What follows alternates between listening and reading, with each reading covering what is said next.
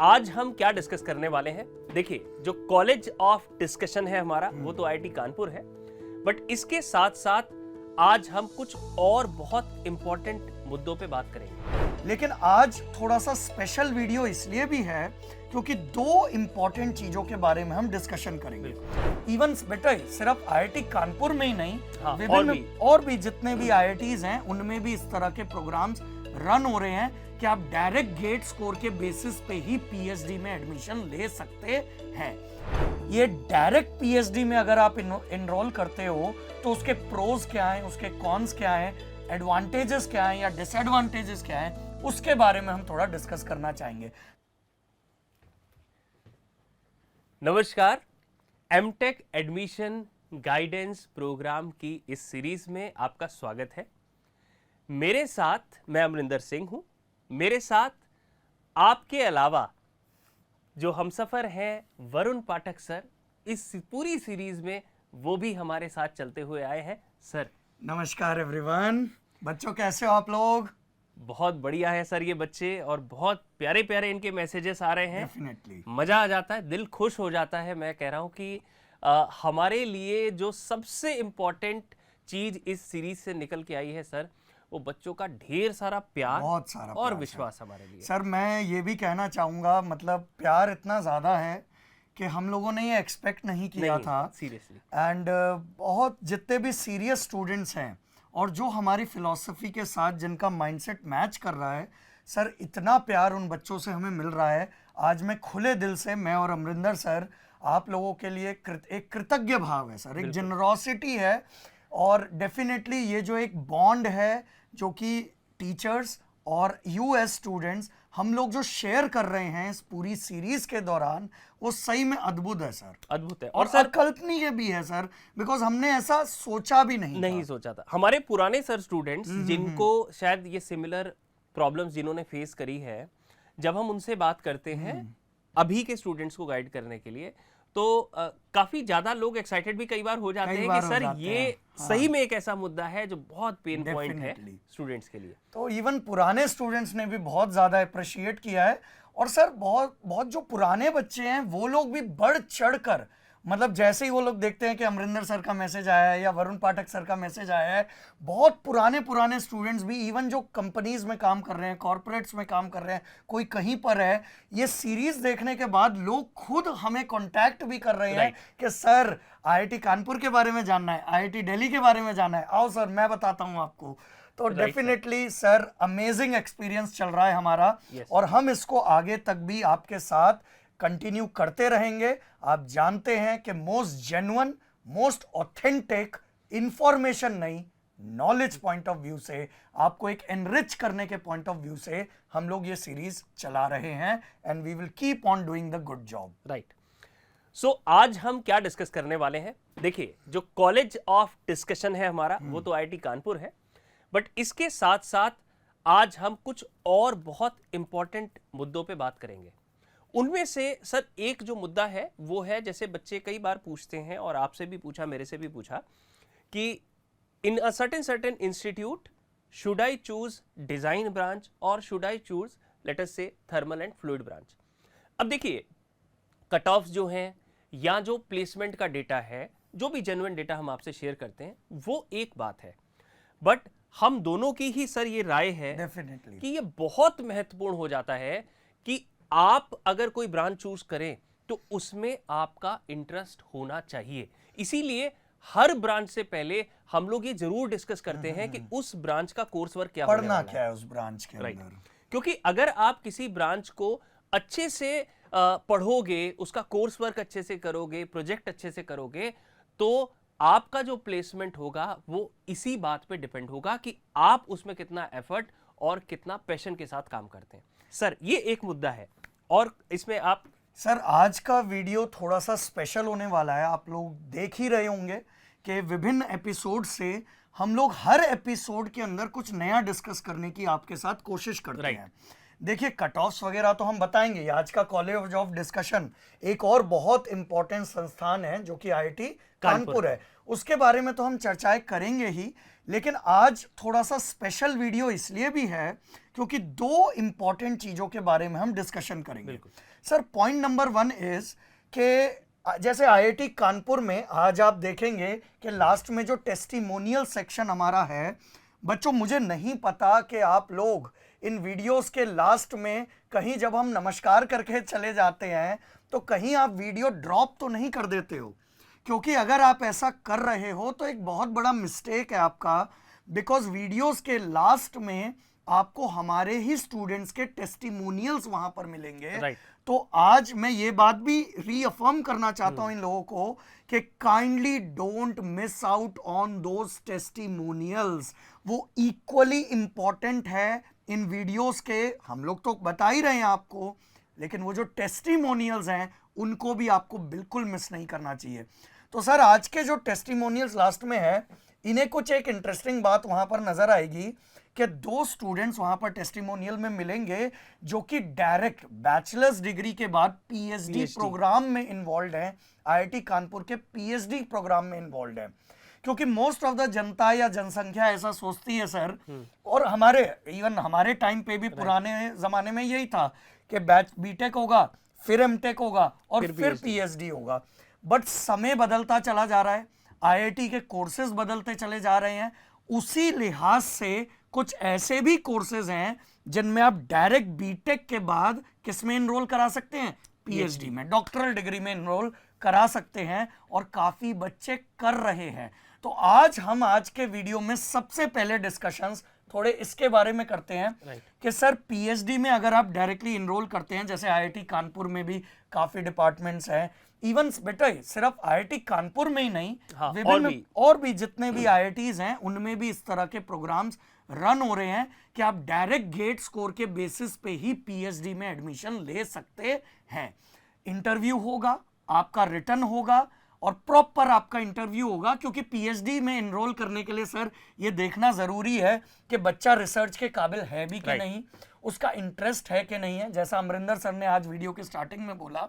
और आज हम थोड़ा डीप में 5 मिनट का समय लेकर ये डायरेक्ट पीएचडी में अगर आप एनरोल करते हो तो उसके प्रोज क्या हैं, उसके कॉन्स क्या हैं, एडवांटेजेस क्या हैं या डिसएडवांटेजेस क्या हैं, उसके बारे में हम थोड़ा डिस्कस करना चाहेंगे। तो अमरिंदर सर बताइए, अगर कोई बच्चा डायरेक्ट अपने बीटेक के बाद आईआईटी कानपुर जैसे इंस्टीट्यूट में डायरेक्ट पीएचडी में एनरोल करता है तो सर उसके बेनिफिट्स क्या हैं, एडवांटेजेस क्या हैं? राइट। तो सर इस बारे में जो 2-3 इंपॉर्टेंट मुद्दे होते हैं बच्चों के, एक तो जो कोर्स का ड्यूरेशन होगा वो क्या होगा, दूसरा उसमें प्लेसमेंट जो है एक बहुत बड़ा फैक्टर हो जाता है बच्चों के लिए। बिकॉज सर मैं थोड़ा रोकूंगा, बिकॉज मैक्सिमम स्टूडेंट्स, आपके मन में भी ये बात होगी, मैक्सिमम स्टूडेंट्स ये सोचते हैं पीएचडी तो वो लोग करते हैं जो कॉलेजेस में प्रोफेसरशिप के लिए अप्लाई करना चाह रहे हैं या फिर टीचिंग फील्ड में उतरना चाह रहे हैं। बट जय बेटा, बिल्कुल ठीक बात है, एक माइंडसेट ये है और ये था, लेकिन जैसे जैसे कोर्सेज चेंज होते चले जा रहे हैं, आईआईटीज का स्ट्रक्चर चेंज होता चला जा रहा है। सर आज की डेट में हमें पता चला है कि मैक्सिमम आईआईटीज में जो आपका पीएचडी का प्लेसमेंट सेल बन रहा है, जैसे आईआईटी कानपुर का तो हमें पता चला है, हमारे स्टूडेंट के टेस्टिमोनियल में आप पाओगे कि आईआईटी कानपुर में पीएचडी कैंडिडेट्स का प्लेसमेंट सेल वहां पर है।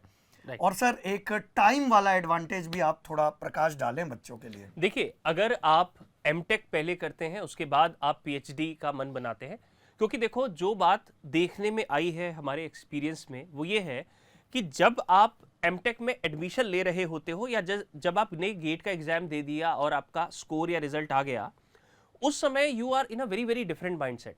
But once you reach an institute जहां की फैसिलिटीज देखते हैं आप, जहां का ओवरऑल एनवायरनमेंट देखते हैं, तो आपका मन चेंज होता जाता है। तो कई बार सर ऐसा होता है कि बच्चे पहले एमटेक में एनरोल करते हैं, फिर they want to further pursue PhD. वो वाला गाना है ना, जैसे कोई अपने गर्लफ्रेंड के साथ बैठा है तो वो वाला है ना गाना कि अभी मत छोड़कर जा, थोड़ी देर और ठहर जा। तो बच्चा जब आईआईटी में जाता है, वहाँ का फिलॉसफी को समझता है, एक ऐसे एजुकेशनल संस्थान में आप जाते हो, तो शायद आपने जब एंट्री ली थी तब आप इतने नेसेंट स्टेज में होते हो कि आप समझ नहीं पाते हो कि यार ये क्या चीज़ है। लेकिन जब आप वहाँ पर उस एनवायरनमेंट को फील करना शुरू करते हो, उन लेबोरेटरीज को फील करना शुरू करते हो, उन सॉफ्टवेयर्स को, उस लर्निंग एनवायरनमेंट, उस इकोसिस्टम की वैल्यू है सर। राइट। सारी की सारी वैल्यू जो है वो इकोसिस्टम की वैल्यू है। तो जब बच्चा उसको समझना शुरू करता है तो बच्चा भी अपने मुंह से बोलता है कि यार थोड़ी देर और ठहर जाते हैं। तो मास्टर ये आपका रिसर्च दैट इज पीएचडी का प्रोग्राम, और साथ ही साथ एक एमटेक इन आरए भी होता है सर, रिसर्च असिस्टेंट। एमएस का जो प्रोग्राम है, एमएस का भी जो प्रोग्राम है वो 2.5 से 3 साल के प्रोग्राम होते हैं। पीएचडी जो ये वाला कोर्स है, अगर आप डायरेक्ट पीएचडी ज्वाइन करते हैं तो 5 ईयर में ही आपकी पीएचडी कंप्लीट हो जाएगी। You will be give awarded generally, मतलब ये डिपेंड्स कि आपका प्रोजेक्ट क्या है, वो क्या है, बट जनरली जो हमें मिले हैं इनपुट्स, 5 इयर्स में आपके नाम के आगे डॉक्टर लग जाएगा जस्ट बीटेक की डिग्री के बाद। तो बेसिकली सर बच्चे जनरली 21-22 साल की उम्र में बैचलर्स डिग्री को कंप्लीट करते हैं सर। उसके बाद अगर किसी बच्चे ने डायरेक्ट पीएचडी कोर्स में एनरोल कर दिया तो आप समझिए 26-27 की एज में उसके नाम के आगे डॉक्टर लग जाएगा।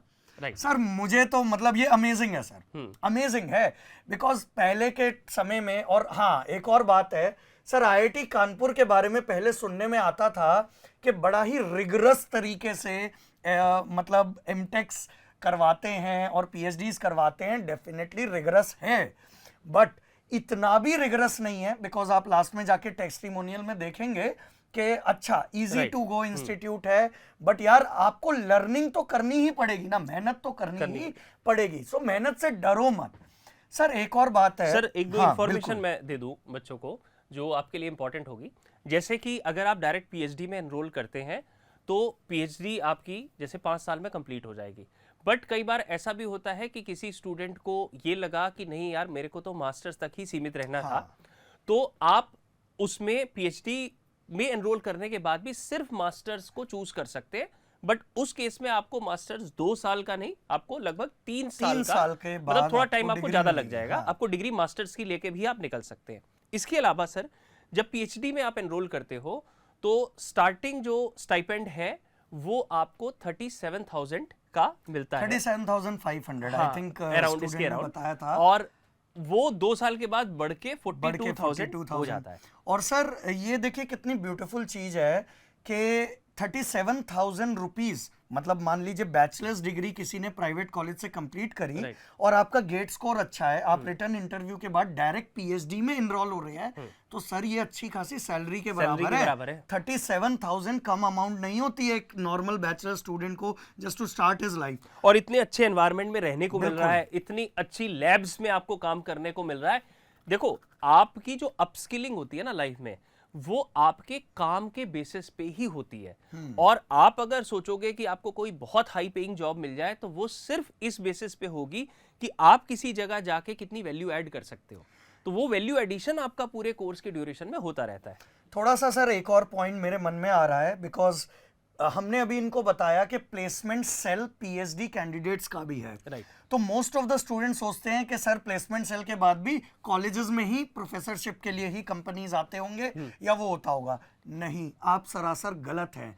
इस वक्त सारे आईआईटीज में पीएचडी की इतनी वैल्यू, अच्छी खासी वैल्यू चाहिए, चल रही है। अगर आपका प्रोफाइल अच्छा है, आपका प्रोजेक्ट अच्छा है और आपने अच्छे सॉफ्टवेयर्स वगैरह सब लर्न कर रखे हैं, कोर्स वर्क अच्छे से कंप्लीट कर रखा है, तो पीएचडी की अच्छी खासी वैल्यूज चल रही है कॉर्पोरेट सेक्टर में भी।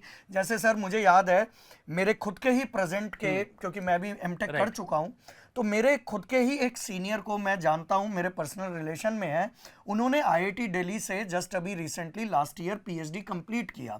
ही was awarded the PhD degree, and sir PhD degree award होने के बाद उनका जनरल इलेक्ट्रिक्स बेंगलोर में, जनरल इलेक्ट्रिक्स उन्हें अच्छे खासे पैकेज पे ले गई, and the packages are ranging from 1 CR to 2 CR to may be 3 CR, क्योंकि बेटा ये नॉर्मल नहीं है। आप शायद R&D के हेड मतलब R&D के टॉप लेवल पे ही जनरल इलेक्ट्रिक्स ने उनको स्टार्टिंग जॉब प्रोफाइल दिया है। तो आप सोच सकते हैं कि कितना स्टेबल जॉब प्रोफाइल है, मनी वाइज भी कितना बेहतरीन है, और आपकी एज भी कुछ ज्यादा नहीं होगी। 27-28 की एज में आप अपना डॉक्टरेट, नाम के आगे डॉक्टर भी लग गया सर ये तो एक ऐसी चीज है कि लाइफ टाइम के लिए आप उस चीज को मतलब एंजॉय कर सकते हैं। क्योंकि ये एक्सपर्टीज जो आपके पास है, आप समझो, अगर सर जैसे आपने स्टेबल की बात करी, तो स्टेबल इसलिए भी है ना क्योंकि ये जो एक्सपर्टीज है, इस एक्सपर्टीज के बहुत ज्यादा लोग मार्केट में अवेलेबल नहीं है। डेफिनेटली।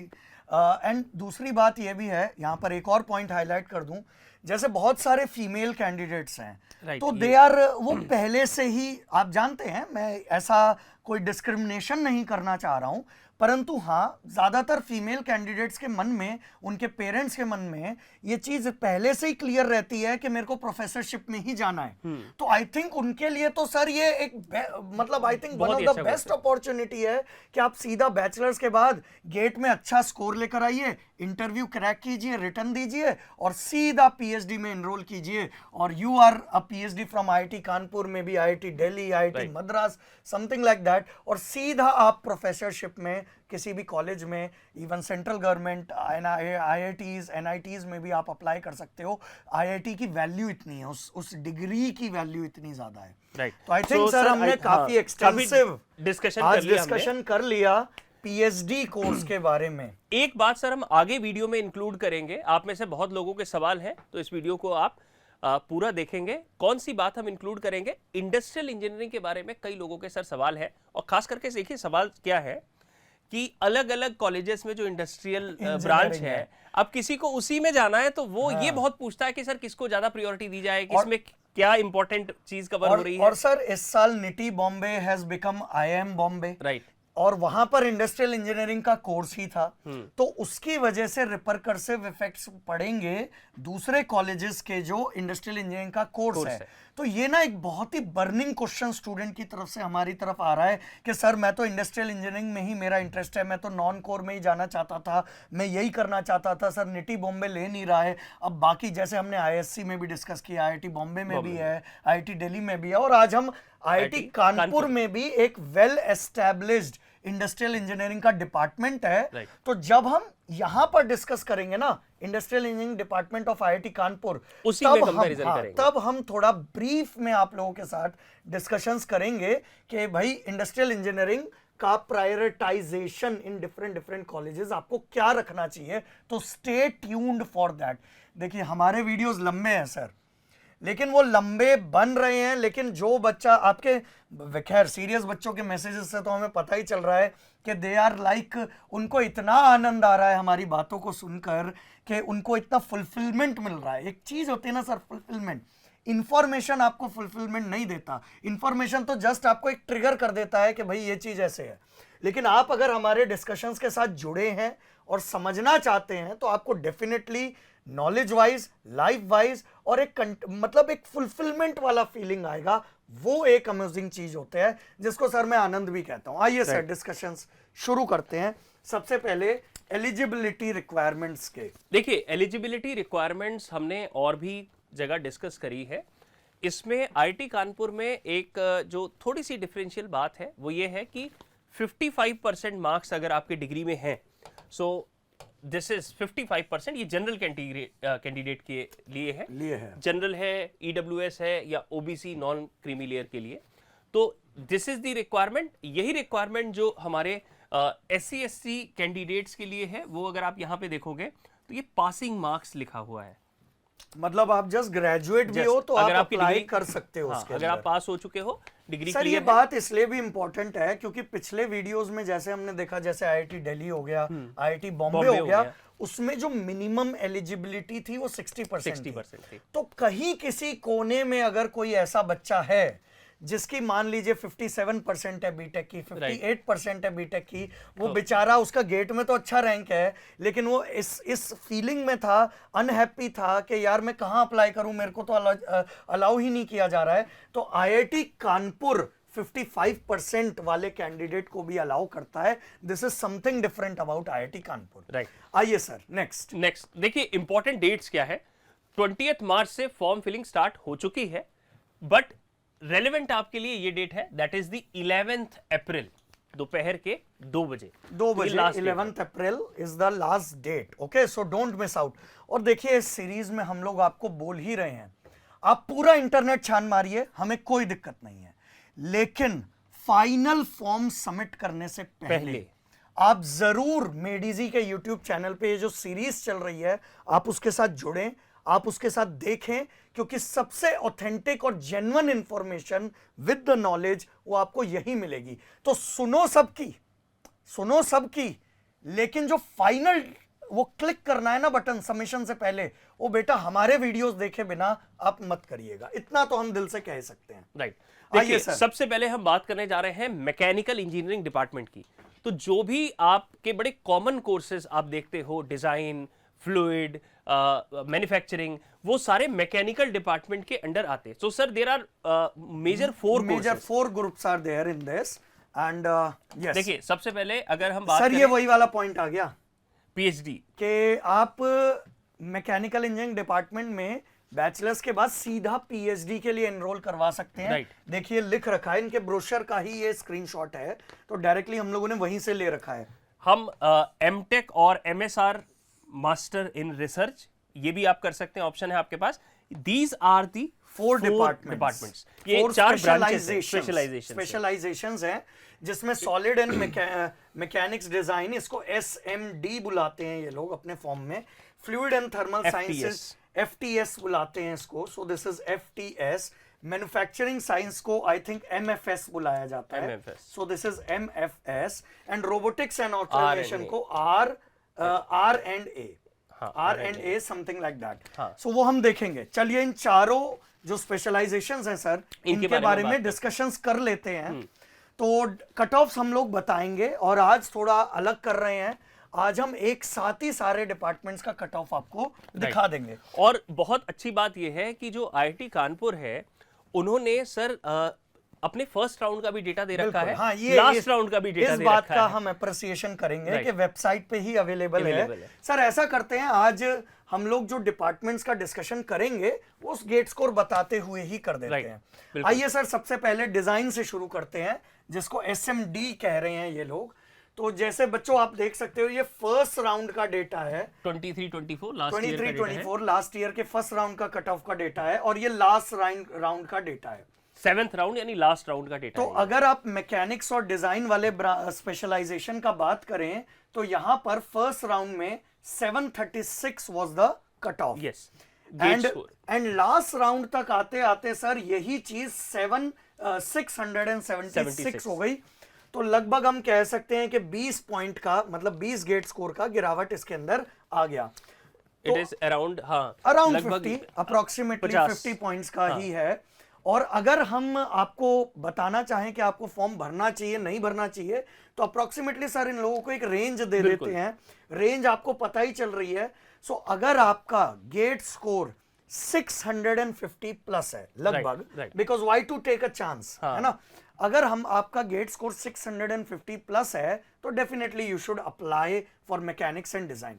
और सर इसमें जो मैकेनिक्स एंड डिजाइन है, हम ऑलरेडी बात कर चुके हैं हमने सारे वीडियोस में, कि अगर आप अपना इंटरेस्ट देखना चाहते हैं तो आप समझ लीजिए जो आपका सॉम सब्जेक्ट है, टॉम सब्जेक्ट है, मैकेनिक्स है, थोड़ा सा मटेरियल साइंस, उसी का ही एक्सटेंशन होने वाला है। और बाकी सर सॉफ्टवेयर्स अपने वही है, machine learning, ANSYS, computational fluid dynamics, finite element analysis, Python आपको सर पाइथन वगैरह सुन के ये लोग घबरा ना जाएं। देखो ये सब बहुत आसान चीजें होती हैं, सिर्फ सीखने की जिज्ञासा होनी चाहिए, कोई बड़ी चीज नहीं है। सर मैं आपको अपने कॉलेज के दिनों की बात बताऊं, मतलब way back 13 years something like that back, C++ बहुत आसान है, मैंने सीख रखा है, मेरे को आती है C++। मेरे को एनसिस कॉलेज के टाइम पे ही मैंने सीख रखा था। फाइनाइट एलिमेंट एनालिसिस मैंने अपने मास्टर्स के दौरान मैंने खुद भी सीखा है। तो ये इतनी बातें तो मैं अपने सेल्फ एक्सपीरियंस से ही बता रहा हूं कि ये नाम सुन के, सॉफ्टवेयर्स के नाम सुन के कोई घबराना नहीं है कि ये तो कंप्यूटर साइंस हो गया, ये तो कोडिंग हो गया। बेटा बहुत ही बच्चों वाली चीजें होती हैं, और जब आप लोग इतने कठिन कठिन सब्जेक्ट्स पढ़ सकते हो तो सर ये तो फिर बहुत ही आसान चीजें हैं उनके बनस्पत। नेक्स्ट अगर हम बात करें सर, वी विल टॉक अच्छा, about let us talk about placements also sir. अच्छा, हाँ, सॉलिड प्लेसमेंट की बात भी बता देते हैं, क्योंकि ज्यादातर बच्चे उसी में इंटरेस्ट रहते हैं, तो बच्चे सोचे कि सर मेन पॉइंट तो भूल ही गए। तो प्लेसमेंट ऑलमोस्ट 100% है बेटा, ठीक है, बल्कि एक बहुत अच्छा ब्रांच है प्लेसमेंट वाइज भी, कंपनी वाइज भी। Companies like General Electric, JSW, Eaton, Bajaj Auto, TVS, और एवरेज पैकेज भी अच्छा खासा है, 12 to 13 lakhs हम कह सकते हैं is the average package in solid mechanics and design का। अब नेक्स्ट अगर हम ब्रांच की बात करें, second sort after design sir, ये फ्लूइड एंड थर्मल साइंसेज है। फ्लूइड एंड थर्मल साइंसेज है। इसका भी कट ऑफ आपके सामने है, देखो ये जो फर्स्ट राउंड का था 698 था, एंड क्लोजिंग अगर आप देखोगे लास्ट राउंड तक इसकी सर अगर हम देखें तो basically fluid and thermal sciences का कट ऑफ का जो गिरावट है फर्स्ट राउंड से लेकर 7th राउंड के बीच में, वो ऑलमोस्ट 90 पॉइंट्स का है, 90 पॉइंट्स का, 90 to 100 पॉइंट्स का है। इसका मतलब अगर आपका गेट स्कोर यहां पर सर देखिए, लास्ट राउंड तक पहुंचते पहुंचते तो हम लोग पहले भी इस बात को डिस्कस कर सकते हैं, किस्मत भी मायने रखती है। बिल्कुल बिल्कुल। तो 607 को देखकर कहीं बहुत ज्यादा उत्साहित मत हो जाना कि अरे मेरे को मिल जाएगा। हाँ। बेटा बहुत कुछ किस्मत पे भी डिपेंड करता है कि स्पॉट राउंड्स तक कितनी सीटें खाली हैं, कौन किस कॉलेज को वो कर रहा है। बट हाँ, this is to just give you an idea. तो मुझे ऐसा लगता है कि आपको कंफर्म इसमें मिल जाएगा अगर आपका 650 प्लस गेट स्कोर है तो। बाकी तो किस्मत की बात है सर। राइट।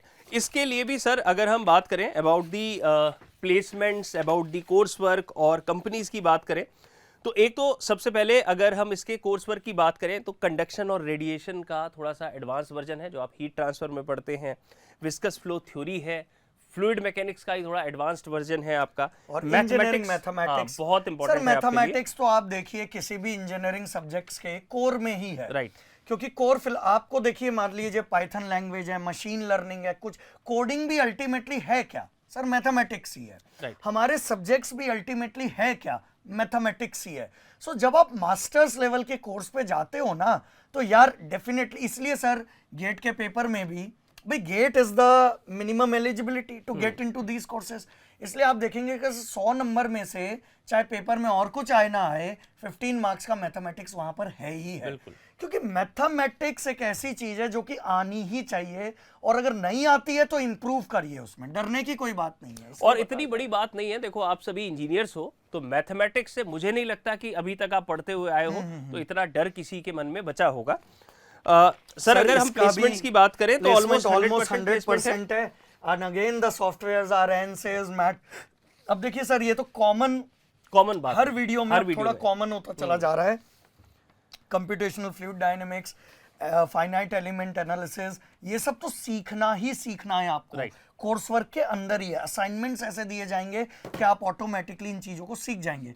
तो अगर सर हम IIT कानपुर की बात करें तो फर्स्ट प्रेफरेंस हम लोग देंगे सॉलिड मैकेनिक्स एंड डिजाइन को प्लेसमेंट वाइज, ठीक है। Second preference will be fluid and thermal sciences. ये फ्लूइड एंड थर्मल साइंसेस भी लेते हैं कई लोग। अगर आपका मैन्युफैक्चरिंग में है तो आप फिर उसके हिसाब से भी लेकिन सर इसमें हम वो वाला पॉइंट बिल्कुल ना भूले, इंटरेस्ट। राइट। हो सकता, प्लीज हमारी बातों को सुन के भावनाओं में मत बह जाना कि सर ये सर ने, पाठक सर ने बोला था, अमरिंदर सर ने बोला था कि मैकेनिक्स एंड डिजाइन है, लेकिन आपका इंटरेस्ट अगर थर्मल साइंसेस में है तो आप थर्मल चूज कीजिए, आपके लिए बेहतर थर्मल है। क्योंकि जिसमें आपका इंटरेस्ट होगा उसी चीज में आप मन लगा के पढ़ पाओगे। सर जस्ट अभी मन में एकदम से ख्याल आया, यू नो सर क्या होता है ना, लाइफ में हम लोग ना बेस्ट के बारे में सोचते रहते हैं। किसी ने हमें घुट्टी पिला देते हैं कि भाई गाड़ी जो है बेस्ट तो रोल्स रॉयस है, बेस्ट तो ये है, लेकिन आपको हमेशा ये देखना चाहिए कि जब तक आप बेस्ट के चक्कर में हो, क्योंकि यार बेस्ट तो कुछ भी हो सकता है, और हो सकता है कि बेस्ट में आपका इंटरेस्ट हो भी ना। बिल्कुल, that is the important thing. So life में जब हम बेस्ट बेस्ट बेस्ट बेस्ट के बारे में, हर चीज जो बेस्ट है जरूरी नहीं है कि वो आपके लिए सही हो। तो इस बात को बहुत समझिए कि बेस्ट कुछ भी हो सकता है, लेकिन आपके लिए क्या सही है, आपको वो चुनना जरूरी है, क्योंकि उसमें आपका हैप्पीनेस और सेटिस्फैक्शन लाई करेगा। राइट। नहीं तो सर बेस्ट के चक्कर में तो हमेशा आदमी स्ट्रेस में ही रहेगा। बिल्कुल, कि मेरे को तो बेस्ट ही नहीं मिला, ये इस चीज का बेस्ट है ही नहीं कुछ, है ना। आइए अगला branch manufacturing sciences. Manufacturing sciences की हम बात करें अगर इसके सबसे पहले तो अगर बात करते हैं इसके गेट के कट ऑफ की, तो देखो फर्स्ट राउंड में 738 काफी हाई रहा है। हाई कट ऑफ वो देखो इसलिए भी है क्योंकि डिपेंड्स ऑन कौन स्टूडेंट जो है क्या प्रेफर कर रहा है। इसका मतलब ये नहीं कि ये बेस्ट है या कोई और बहुत खराब है, प्रेफरेंस पे भी डिपेंड करता है, जैसे सर ने अभी डिस्कस किया। इवन सर देखिए थर्मल के भी उससे ज्यादा है, लेकिन लास्ट राउंड तक आते आते ये फर्स्ट का तो सर डिजाइन से भी ज्यादा है। हाँ, डिजाइन से भी ज्यादा है इसका। सो मे बी कोई ऐसा टॉप रैंकर होगा बिल्कुल। जिसका पहला प्रेफरेंस आईआईटी कानपुर होगा, उसमें मैन्युफैक्चरिंग में उसका इंटरेस्ट। वो सर लोकेशन पे भी डिपेंड करता है, लोकेशन कोई पे, उत्तर प्रदेश ज्योग्राफी का पे है, डिपेंड करता है, लोकेशन पे डिपेंड करता है, इंटरेस्ट पे डिपेंड करता है, तो सब्जेक्टिव है, depends from person to person and perspective to perspective. Manufacturing sciences में लास्ट अगर आप देखोगे राउंड 7 तक जो गया है 600 तक 600 का गेट स्कोर है, तो आप तो ये एक अच्छा कोर्स है, स्कोर है तो आप अप्लाई कर सकते और सर बच्चों ने हमें बताया है कि प्लेसमेंट वाइज भी इसमें लगभग इस वाली ब्रांच में 20+ सीटें हैं। हाँ सर, हम एक बात बताना भूल गए कि इनके सॉलिड और मैकेनिक्स डिजाइन के जो ब्रांच है उसके अंदर लगभग जो नंबर ऑफ सीट्स हैं वो काफी ज्यादा हैं। अगर हम कंपेयर करें आईआईटी दिल्ली, आईआईटी बॉम्बे से कंपेयर करें तो लगभग जो मशीन डिजाइन की इनकी सीट्स हैं, मैकेनिक्स एंड डिजाइन की जो सीट्स हैं वो लगभग 50 से 60 के बीच में है। राइट। आप सभी लोग जानते हो, इस बात को हम डिस्कस कर रहे हैं कि हर साल ये नंबर ऑफ सीट्स फ्लक्चुएट करेंगे, depends on IIT to IIT and the managing committee of the IIT. Right. तो ये कुछ स्पेशल था इसलिए हमने आपको बताया। और मैन्युफैक्चरिंग की भी सर लगभग 20+ सीट्स इसके अंदर हैं। और सर मैन्युफैक्चरिंग वाले बच्चों ने बताया कि प्लेसमेंट्स अच्छे हैं, मैन्युफैक्चरिंग। यस, तो अगर आपका मैन्युफैक्चरिंग में इंटरेस्ट है और आप प्लेसमेंट पॉइंट ऑफ व्यू से भी अच्छा चाह रहे हो तो आईआईटी कानपुर का मैन्युफैक्चरिंग डिपार्टमेंट आपके लिए मतलब एक अच्छा संयोग बन सकता है। इसमें अगर हम प्लेसमेंट की बात करें तो देखो जो कंपनीज हैं, जॉन डियर है, टाटा पावर है, महिंद्रा पावर है, बहुत सारी कंपनीज इसमें आती हैं। और मैन्युफैक्चरिंग में एक और भी इंपॉर्टेंट बात है जो आपको ध्यान रखनी है, एक तो आपका कोर्स वर्क है जिसमें मशीनिंग है सर, एडिटिव मैन्युफैक्चरिंग है, इसके अलावा आपके पास ना बास्केट 1 बास्केट 2 के कोर्सेस होते हैं।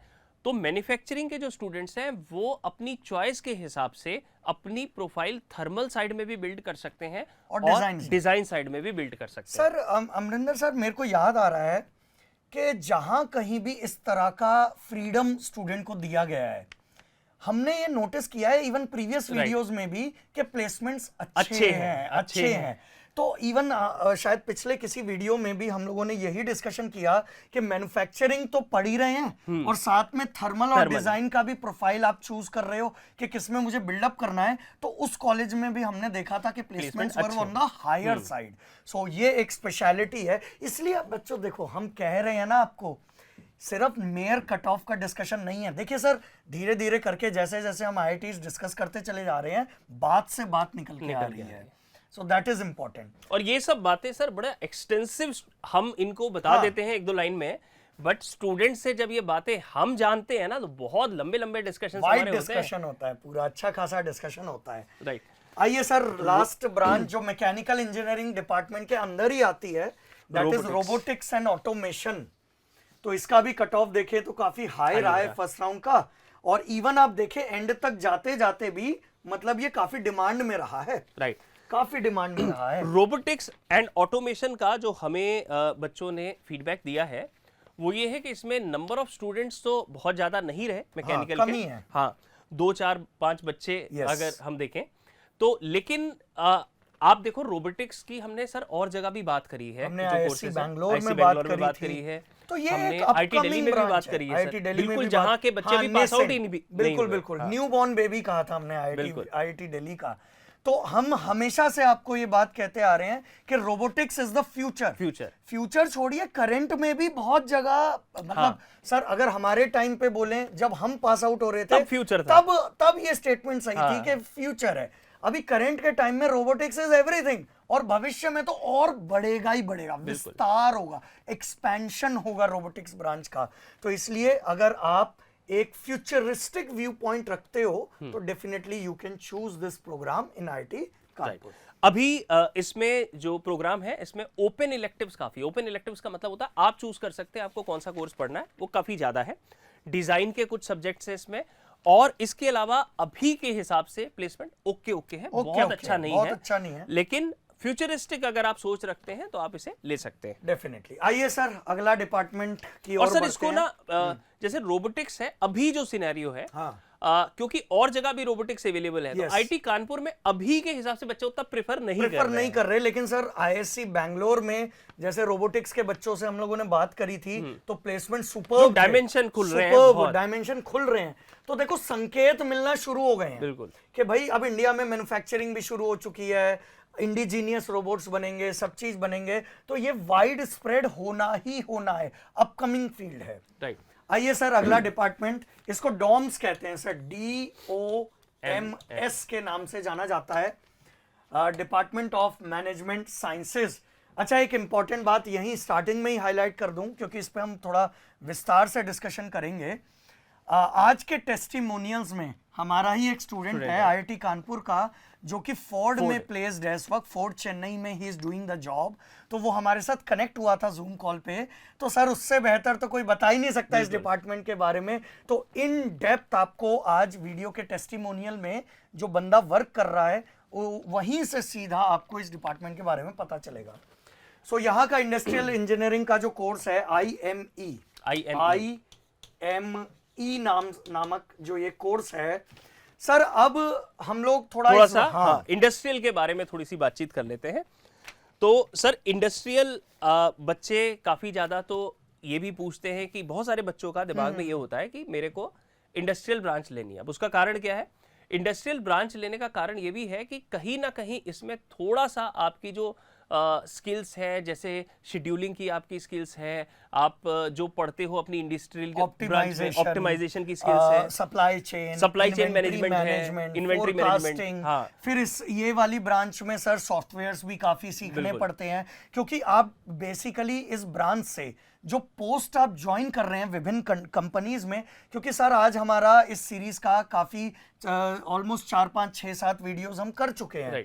तो अब आज हम थोड़ा प्रायोरिटाइज भी करेंगे, क्योंकि ऑलमोस्ट काफी कॉलेजेस में इंडस्ट्रियल इंजीनियरिंग नाम का ब्रांच है। जैसे सर आईएससी बैंगलोर का एक मैनेजमेंट स्टडीज वाला एक कोर्स है, मैनेजमेंट का कोर्स है। आईआईटी बॉम्बे में IUR था, आपका आईआईटी दिल्ली में था, और अब हम आईआईटी कानपुर पे आ गए हैं, तो इसके अंदर भी इंडस्ट्रियल इंजीनियरिंग का कोर्स है। और सर इस साल निटी बॉम्बे क्लोज हो गया, आईआईटी मुंबई बन चुका है, तो ये अब एक सॉट आफ्टर डिपार्टमेंट बन चुका है। बहुत बच्चों का टॉप रैंकर्स इसके बारे में पूछते रहते हैं। तो आज इस वीडियो के माध्यम से हम आपके सारे डाउट्स को एक साथ कैटर करने की कोशिश करेंगे। बिल्कुल। तो सर सबसे पहले बात कर लेते हैं कि इनकी जो जॉब्स लगती है ना, वो ज्यादातर नॉन कोर साइड पे लगती है। देखो, जो आप मैकेनिकल के पर्सपेक्टिव से नॉन कोर समझते हो, वो एक्चुअली इंडस्ट्रियल का कोर है। यस। हेल्थ केयर सेक्टर हो गया, बैंकिंग सेक्टर हो गया, फाइनेंशियल इंस्टीट्यूशंस हो गए, लाइक बार्कलेज है या फिर JP मॉर्गन चेज है। इस तरह की बड़ी बड़ी फर्म्स जो हैं वो इंडस्ट्रियल इंजीनियरिंग के कोर्स से रिक्रूट करती हैं। और सर पोस्ट भी, जो आप पोस्ट के नाम सुनेंगे तो आपको समझ में आ जाएगा कि आखिर आपका काम क्या होगा। हम लोग हमेशा से बात करते आ रहे हैं data analysis, data crunching, data scientist, business analysis, operation research scientist. तो इस तरह के शब्द, ये सब पोस्ट आप देखिए। ऑपरेशन रिसर्च तो सर ये लोग पढ़ते हैं, इंडस्ट्रियल इंजीनियरिंग टॉपिक ही पढ़ते हैं। बिल्कुल। तो ये जो सॉफ्टवेयर, डेटा साइंस का सॉफ्टवेयर हो गया, आर्टिफिशियल इंटेलिजेंस की मदद से बेसिकली किसी भी इंडस्ट्री का जो सॉफ्टवेयर है उसका जो डेटा है एम्प्लॉयज का, सर डेटा आज की डेट में सबसे इंपॉर्टेंट चीज है। Data is the new gold, new thing. आप किसी भी चीज को डेटा की मदद से यू कैन डिकोड इट, कि मेरे सिस्टम में खामी कहां पर है, प्रोडक्टिविटी कहां कम हो रही है, एफिशिएंसी अगर मेरे को बढ़ानी है। तो मान लीजिए किसी कंपनी का एम्प्लॉयज का डेटा है, तो अब एम्प्लॉयज के डेटा में आप अपने इंडस्ट्रियल इंजीनियरिंग का यूज करके, सॉफ्टवेयर्स का यूज करके, डेटा क्रंचिंग का यूज करके आपने पूरे महीने भर का डेटा लिया कि भाई कौन सा एम्प्लॉय कितना टाइम जेन्युइनली काम कर रहा है। तो मान लीजिए आपको उसके अंदर कोई खामी नजर आई, फिर रिपोर्ट्स निकलती हैं सर। फिर रिपोर्ट्स को PPT के माध्यम से बोर्ड मीटिंग्स में दिखाया जाता है कि ऐसी कौन सी कंपनी की पॉलिसीज बनाई जाएं जिसके माध्यम से हम लोग बेटरमेंट कर सकते हैं, या फिर एफिशिएंसी बढ़ा सकते हैं, प्रोडक्टिविटी बढ़ा सकते हैं। सर एक बात मैं यहाँ ऐड करूँ, इनको थोड़ा और अच्छे से बात समझ में आएगी। अगर आप देखो, जब हम थर्मोडायनामिक्स की बात करते हैं ना, तो हम एंट्रोपी की बात करते हैं। तो एक तरीके से जितना डेटा कंपनी के पास होता है, उसको जितना अच्छे से कंपनी एनालाइज करती है ना, वो अपनी एंट्रोपी को कम करती है, वो ऑर्डरनेस क्रिएट करती है, एफिशिएंसी को बढ़ाती है। तो जैसा सर ने बोला, ये बहुत इंपॉर्टेंट रोल हो जाता है किसी भी इंडस्ट्री में। Sir what a practical example, wonderful example. तो इसके अंदर मशीन लर्निंग, डीप लर्निंग, ये सब तो करना ही करना है, हम हमेशा से बोलते आ रहे हैं। और सर थोड़ा सा प्रायोरिटाइजेशन भी इन लोगों को दे देते हैं कि क्योंकि बहुत सारे बच्चे हमें मैसेजेस के माध्यम से पूछ रहे हैं कि सर आईआईएससी वाला कोर्स हम लोग पहले नंबर पे रखें या फिर आईआईटी बॉम्बे को पहले नंबर पे रखें। तो देखिए, बेझिझक होके आप आईआईएससी बैंगलोर का जो मैनेजमेंट स्टडीज, मैनेजमेंट साइंस वाला कोर्स है, उसको आप फर्स्ट प्रेफरेंस पे रख सकते हो। फिर उसके बाद आईआईटी बॉम्बे है ना, उसका जो IEOR का कोर्स है, उसको आप सेकंड नंबर पे रख सकते हो। और फिर उसके बाद सर दो कोर्सेज हैं, एक तो आईआईटी कानपुर का ये जो IME अभी हम डिस्कस कर रहे हैं, और आईआईटी दिल्ली का इंडस्ट्रियल इंजीनियरिंग का कोर्स, ठीक है। जो this is about the Kanpur, IIT Kanpur, and this is about the Delhi. तो ये दोनों जो हैं, ये टक्कर के कोर्स हैं एक तरह से। अब अपने हिसाब से चूज कर सकते हैं, अपने लोकेशन के हिसाब से, अपनी प्रायोरिटी के हिसाब से इन दोनों में से आप कोई सा भी चूज कर लीजिए। देखिए, हमने आपको क्या बोला, प्लेसमेंट मुद्दा नहीं है, प्लेसमेंट तो है ही 100%, वो भी टॉप की कंपनीज में प्लेसमेंट इज देयर। बट होता है ना सर, जैसे मान लीजिए मैं दिल्ली का ही हूँ, born and bought up in Delhi, so I will prefer IIT Delhi में, मेरे को कोर्स मिल जाए, घर के पास ही मिल जाए, बेटर है। ऐसे ही कोई कानपुर का है, कानपुर उसके करीब है, उत्तर प्रदेश का है, तो वो कोर्स चूज कर ले। सर इसके बाद हम आगे चल के वीडियोज में डिस्कशन भी करेंगे। इसके बाद खड़गपुर में भी एक इसका कोर्स है खड़गपुर का, तो उसका नेक्स्ट आप सीक्वेंस में डाल सकते हो। उसके बाद आईआईटी धनबाद में है, IIT BHU में है, और NIT त्रिची में भी इंडस्ट्रियल इंजीनियरिंग का कोर्स काफी अच्छा है। वो ये तीनों कोर्स कंपेरेबल है, लेकिन इसमें से सर NIT त्रिची का भी हम आगे चल के वीडियोस बनाएंगे जब CCMT का फॉर्म की काउंसलिंग आपकी लॉन्च होगा। कम से कम हम काफी NITs को डिस्कस करने की कोशिश करेंगे। बट NIT त्रिची आप सभी लोग जानते होंगे, प्लेसमेंट बहुत जबरदस्त है, even comparable to the IITs है। Some of the newer IITs, some of the older IITs also comparable है। तो NIT त्रिची के इंडस्ट्रियल इंजीनियरिंग के कोर्स को भी आप तवज्जो दे सकते हैं। राइट सर इसमें एक जो IME प्रोग्राम है, इसमें क्योंकि there are people from other branches also, जो इसके लिए इंटरडिसिप्लिनरी कोर्स है। तो इसमें लेकिन क्या है कि जो इसका एक कई बार इसमें एक रिटन टेस्ट होता है, इंटरव्यू होता है, फिर गेट स्कोर, ये सब मिला के आपका एडमिशन होता है। अब एक इंटरेस्टिंग बात ये है कि इसमें 80 to 90% जो बच्चे पहुंचते हैं वो मैकेनिकल वाले पहुंचते हैं, दम रखते हैं, क्योंकि अलाउ तो सारी ब्रांचों को कर रखा है। क्योंकि इसमें सर जब रिटर्न लिया जाता है तो CPM, PERT, अलजेब्रा, मैट्रिक्स, ये सारी चीजें ये सब लोग पढ़ते ही हैं, जो पढ़ते हैं गेट के पेपर में। राइट, लीनियर प्रोग्रामिंग भी आती है। सो इसका पैकेजेस वगैरह हमने लिख रखे हैं क्या सर? हाँ बिल्कुल लिख रखे हैं सर, बहुत सारी चीजें लिख रखी है। हाईएस्ट पैकेज, बेटा हम अपना पोथा अपने साथ लेकर चलते हैं। आजकल हम बेसिकली अमरिंदर सर और मैं एक चलते फिरते एमटेक एडमिशन की एनसाइक्लोपीडिया टाइप हो गए हैं कि कोई भी कहीं से भी सवाल फेंकता है तो हमारे माइंड में बहुत सारी चीजें फीड हैं कि तुरंत हमारे मुंह से चीजें और आप जब लिखते भी हो ना कमेंट में, भले ही हम देखो कोई बहुत सारे कमेंट्स आते हैं, हम रिप्लाई ना कर पाए, लेकिन जब आप कुछ लिखते हैं ना तो वो हमारे माइंड में रह जाता है। हाँ। ताकि हम कोई नया वीडियो बना रहे हो तो उस बात का कहीं ना कहीं हम जवाब दे पाए। सर यहाँ पर एक और बात इन लोगों को बोलना चाहूंगा, देखिए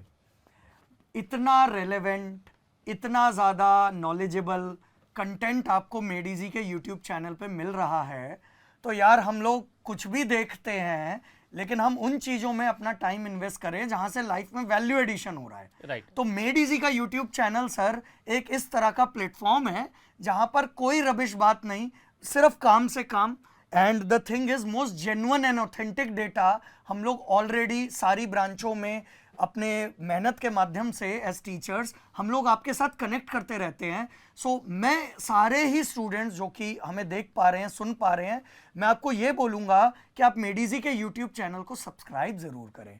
बिकॉज क्या होता है ना सर, ये सब रनिंग इंफॉर्मेशन इस तरीके की होती है कि अगर आपने बेल आइकन नहीं दबा रखा, देखो ये हम नॉर्मल ऐसे नहीं बोल रहे क्योंकि हर यूट्यूब वीडियो में लाइक करें सब्सक्राइब करें, बेटा हम हमें आपके उससे मतलब नहीं है। हाँ, हमें उससे मतलब नहीं है। आप समझ ही सकते हैं कि आज अमरिंदर सर और मैं जिस प्रोफाइल पे हैं, हमें इन सब चीजों से कोई खास फर्क पड़ता नहीं है, इन सब चीजों से ऊपर उठ चुके हैं। लेकिन आप लोगों के लिए एज अ स्टूडेंट, अगर मैं आपके परिप्रेक्ष्य में बात करूं, तो मुझे ऐसा लगता है कि इतना ब्यूटीफुल कंटेंट मेडीजी के यूट्यूब चैनल पे आ रहा है, तो student should not miss out on anything. और सर बच्चों की क्या आदत होती है कि आजकल बच्चों की क्या सर, हम वैसे भी देखते हैं लोगों की कि ना सोशल मीडिया जो है उसका कंजम्पशन, जैसे मेरा मेरी वाइफ के साइड में एक है, वो अभी इंजीनियरिंग उन्होंने करी है थोड़े टाइम पहले, तो वो उनका एक बड़ा, हम लोगों के सब आसपास बैठे होते हैं जब लोग, तो एक बड़ा फेमस सा उनका शब्द होता है, उनसे पूछो क्या कर रहे हो, मैं कंटेंट कंज्यूम कर रहा हूँ, कंटेंट कंज्यूमर हूँ मैं। मतलब कुछ देख रहे हैं। हाँ, तो अगर आपको दिन में आधा घंटा 1 घंटा आपको कंटेंट कंज्यूम ही करना है, तो कम से कम ऐसा करो ना जिससे आपका थोड़ा सा जो स्तर बढ़े, हाँ स्तर बढ़े, लाइफ का डिसीजन स्तर मेकिंग बढ़े, अच्छी हो, बुद्धिजीवी बनो आप। सिंपल सरल सी भाषा में ये है, क्योंकि वो एंटरटेनमेंट और वो सब देखकर यार ठीक है, कुछ पल की खुशी जरूर मिल जाएगी, लेकिन वो टेम्परेरी है। राइट, ठीक है। So try to consume those things जो आपको एक वाइडर पर्सपेक्टिव में, फ्यूचरिस्टिक पर्सपेक्टिव में आपको आगे बढ़ाए। सर प्लेसमेंट की हम बात कर रहे थे, नहीं तो फिर से ये लोग बोलेंगे सर इंपॉर्टेंट बात तो आप भूल ही गए। हाईएस्ट पैकेज जो हमें बताया गया है 27 LPA बताया गया है, और 17.5 lakh is something average package. लेकिन बच्चों अभी इस ब्रांच के साथ वही वाला प्रॉब्लम चल रहा है सर, हमेशा हमें बताना पड़ेगा के साथ कि भाई नॉन कोर सेक्टर जो है थोड़ा सा डाउन आया है, जिसकी वजह से प्लेसमेंट्स में थोड़ा तकलीफ हुई है। मतलब जितना आप प्लेसमेंट वैसे हम बात कर रहे हैं उससे शायद थोड़ा सा कम हो, लेकिन बेटा इसमें ये नहीं है कि 100% नहीं, 100% है, पैकेजेस कम हो गए हैं, पैकेजेस कम हो गए हैं, और जितना आसानी से पहले हो रहा था सर, इसी को हमने लास्ट वीडियो में भी डिस्कस किया था कि रिसेशन इज कमिंग, और इन लोगों की jobs generally non core sector से एसोसिएटेड है, बैंकिंग सेक्टर है, हेल्थ केयर सेक्टर है। बिल्कुल बिल्कुल। आइए सर, एक और अपकमिंग सेक्टर एरोस्पेस इंजीनियरिंग। अच्छा, ये लोग नोटिस कर रहे होंगे इस बात को कि मतलब एरोस्पेस शायद हर जगह प्लेसमेंट्स उतना अच्छा नहीं है या मीडियोकर रेंज का चल रहा है, लेकिन आप एक बात नोटिस करो, ऑलमोस्ट हर IIT, अब हम 6-7 वीडियोस तो हम ही बना चुके हैं, काफी IITs में एरोस्पेस इंजीनियरिंग का कोर्स है। तो भैया कुछ तो वजह रही होगी ना, कुछ तो वजह है, और वजह बिल्कुल साफ है, हमें सर यहां से समझ में आता है वजह। मैं इन लोगों को आज वजह समझा कर ही रहूंगा इसकी। देखिए, एमटेक इन एरोस्पेस इंजीनियरिंग एक एमटेक का कोर्स है, और यस येलो कर लेते हैं सर, व्हाइट कर लो सर, व्हाइट, चलिए व्हाइट कर लेते हैं सर, आपकी बात सर आंखों पे, व्हाइट कर लेते हैं। सो एमटेक इन एरोस्पेस इंजीनियरिंग एक कोर्स है, और दूसरा एमटेक का कोर्स है अनमैन्ड एरियल सिस्टम्स, और एक MS रिसर्च का भी कोर्स है, MS research in aerospace engineering. Sir हम लोग इनको ये कब से समझाते आ रहे हैं कि ये एक अपकमिंग सेक्टर है, आपको ये समझना पड़ेगा कि देश का डिफेंस सेक्टर ग्रो कर रहा है। सर आज की डेट में अगर मैं नॉर्मल आपसे बातचीत भी करूं एक नॉर्मल स्तर पे 2 मिनट की, तो सर ड्रोन्स आप देख लीजिए, बिल्कुल आज की डेट में नॉर्मल से नॉर्मल फंक्शन जैसे G20 समिट हो गया, या फिर मान लीजिए कोई फेस्टिवल का टाइम है, आपको किसी मार्केट पे सर्वेलेंस करना है, तो पुलिस से लेकर आपका मिलिट्री से लेकर हर तरह की चीज में ड्रोन्स कितने ज्यादा अपकमिंग हैं, बनेंगे ही बनेंगे, नए डिजाइन के बनेंगे, नई टेक्नोलॉजी से बनेंगे, ज्यादा एफिशिएंट बनेंगे, ज्यादा डेटा कैप्चरिंग कैपेसिटी के साथ बनेंगे। तो ऑटोमेशन या एरोस्पेस एक इस तरह की चीज है कि it is a combination of a lot of branches. इसमें कंप्यूटर साइंस भी चाहिए, इसमें इलेक्ट्रॉनिक्स भी चाहिए, इसमें इलेक्ट्रिकल भी चाहिए, इसमें मैकेनिकल भी चाहिए, क्योंकि आपको मान लीजिए तो हवा में ही, हाँ, आप ये देख लो अनमैन्ड एरियल सिस्टम्स, जैसे सर मुझे मूवी याद आ रही है, जैसे अभी रिसेंट कुछ भी आप मूवी देख लीजिए, उरी मूवी थी, जैसे ड्रोन के माध्यम से हम लोग दुश्मन के इलाके में सर्वेलेंस कर रहे हैं। तो आप चाहें या ना चाहें, लेकिन डिफेंस सेक्टर में मिनिस्ट्री ऑफ डिफेंस से आप डेफिनेटली हमें नजर ही आ रहा है ये चीज कि भाई ये लोग बहुत इंपॉर्टेंट होने जा रहे हैं। और सर बहुत एक सर, बात आज की इंपॉर्टेंट डेट- है कि इफ यू सी जितने भी अगर आप देखोगे ना अभी जो स्ट्रेटेजी प्लानर्स होते हैं जो फ्यूचर वॉरफेयर की बात करते हैं, Yes. तो future war can be imagined as a cluster of drones travelling together. क्योंकि ह्यूमन लॉस नहीं है सर, बिल्कुल। ह्यूमन लॉस नहीं है। अगर मान लीजिए बॉम्ब गिरा भी या गोली लगी भी तो एक मशीन को लग रही है। और सर अगर एक क्लस्टर ऑफ आपका ड्रोन जा रहा है तो वो जो आपके एंटी मिसाइल सिस्टम उसको कंफ्यूज कर देगा। कंफ्यूज कर देगा। बहुत सारी टेक्नोलॉजी ग्रो करती चली जा रही है इसके अंदर। आजकल तो सर बॉम्बिंग जो पहले एयरक्राफ्ट के माध्यम से होती थी, आजकल तो सीधा बॉम्बिंग ड्रोन्स के माध्यम से ही हो रही है, Right. अनमैन्ड एयरक्राफ्ट के माध्यम से ही हो रही तो है। डिफेंस सेक्टर में बहुत ज्यादा स्कोप है इसका। लेकिन बात वही है, आपका इंटरेस्ट होना चाहिए। और मैं आपको बता दूं कि आईआईटी कानपुर पायनियर है। मतलब ये बात हम खुलेआम कह रहे हैं क्योंकि हमारे स्टूडेंट से भी इनपुट मिला है। इनकी लेबोरेटरी फैसिलिटीज, इनका wind tunnel testing models, even wind tunnel testing है सर। मैंने वीडियो भी देखा था इनका, यूट्यूब पे ही वीडियो अवेलेबल है। तो आप बिल्कुल 100% कह सकते हो IIT Kanpur is the Pioneer in aerospace engineering. Right. इसलिए टॉप चॉइस भी रहता है सर, अगर किसी का इंटरेस्ट है ही इसके अंदर। अच्छा सर, प्लेसमेंट का बच्चे पूछते हैं तो देखो अभी क्या है, अभी करंट अगर हम बात करें, आज की हम बात करें तो आज अभी क्योंकि ये थोड़ा सा बढ़ती हुई चीज है तो इंडिया में आज अभी एरोस्पेस की बहुत ज्यादा जॉब्स अवेलेबल आज के टाइम पे नहीं है। बट आज से 2 साल बाद जब आप निकल रहे होगे, आज से 3 साल बाद, 4 साल बाद ये बढ़ती हुई ट्रेजेक्टरी पे ही जाएगा। सर इसके पीछे रीजन वही है ना, हम लोग ड्रोन्स वगैरह या जो भी टेक्नोलॉजी है अभी तक इंपोर्ट करते आए हैं। लेकिन जैसे जैसे इंडिजीनियस मैन्युफैक्चरिंग शुरू होगी, प्लांट्स लगना शुरू होंगे, नए नए स्टार्टअप्स आएंगे। सर आजकल ड्रोन टेक्नोलॉजी में बड़े सारे स्टार्टअप्स भी काम कर रहे हैं, गवर्नमेंट बहुत प्रमोट कर रही है, गवर्नमेंट फंड दे रही है, सारी चीजें कर रही है। तो डेफिनेटली इन सब चीजों को मद्देनजर रखते हुए आप अपने डिसीजन को ले सकते हो। राइट। आइए सर अगला डिप। अरे वाह ये सर कुछ नया है, ये डिफरेंट है, ये और किसी आईआईटी में इस तरह का कुछ नहीं है। yes. और अगेन सर वापस से अब बच्चे बोलेंगे सर हर चीज को आप अपकमिंग ही कह देते हो। अरे भैया तुम्हें नहीं नजर आ रहा, तुम मुझे बताओ ना, तुम्हें नहीं नजर आ रहा क्या? अभी देखना कुछ तस्वीरें आएंगी जो आपको भावुक कर सकती है। Sir again space is the upcoming sector. Chandrayaan 3 जो मिशन हुआ है कंप्लीट सक्सेसफुली, उसके जो रिपरकर्सिव इफेक्ट्स हैं, फिर आदित्य L1 मिशन है, फिर उसके बाद अब गगनयान मिशन है जिसमें मैंड इंडिया पहुंचाने वाला है। सो ये सब लाइंड अप है, सारी चीजें कुछ हो चुकी हैं, कुछ लाइंड अप है, कुछ भविष्य में है। सर मेरे को ये सब देखते हुए वो एक तस्वीर याद आती है बहुत पहले, जैसे अमेरिका के किसी अखबार में, आई थिंक मैं अखबार का नाम भूल गया, न्यूयॉर्क टाइम्स था शायद, न्यूयॉर्क टाइम्स था कि इंडिया बाहर खड़ा है बफेलो के साथ, कैटल के साथ, गाय या भैंस लेके, और अंदर जो है मतलब US, Russia and things like that, elite space club करके लिखा हुआ है। तो बेटा अब हम उस दरवाजे के अंदर घुस चुके हैं, और दरवाजे के अंदर हम ऐसे ही नहीं घुसे हैं, ताड़ के घुसे हैं, एकदम अथॉरिटी के साथ घुसे हैं।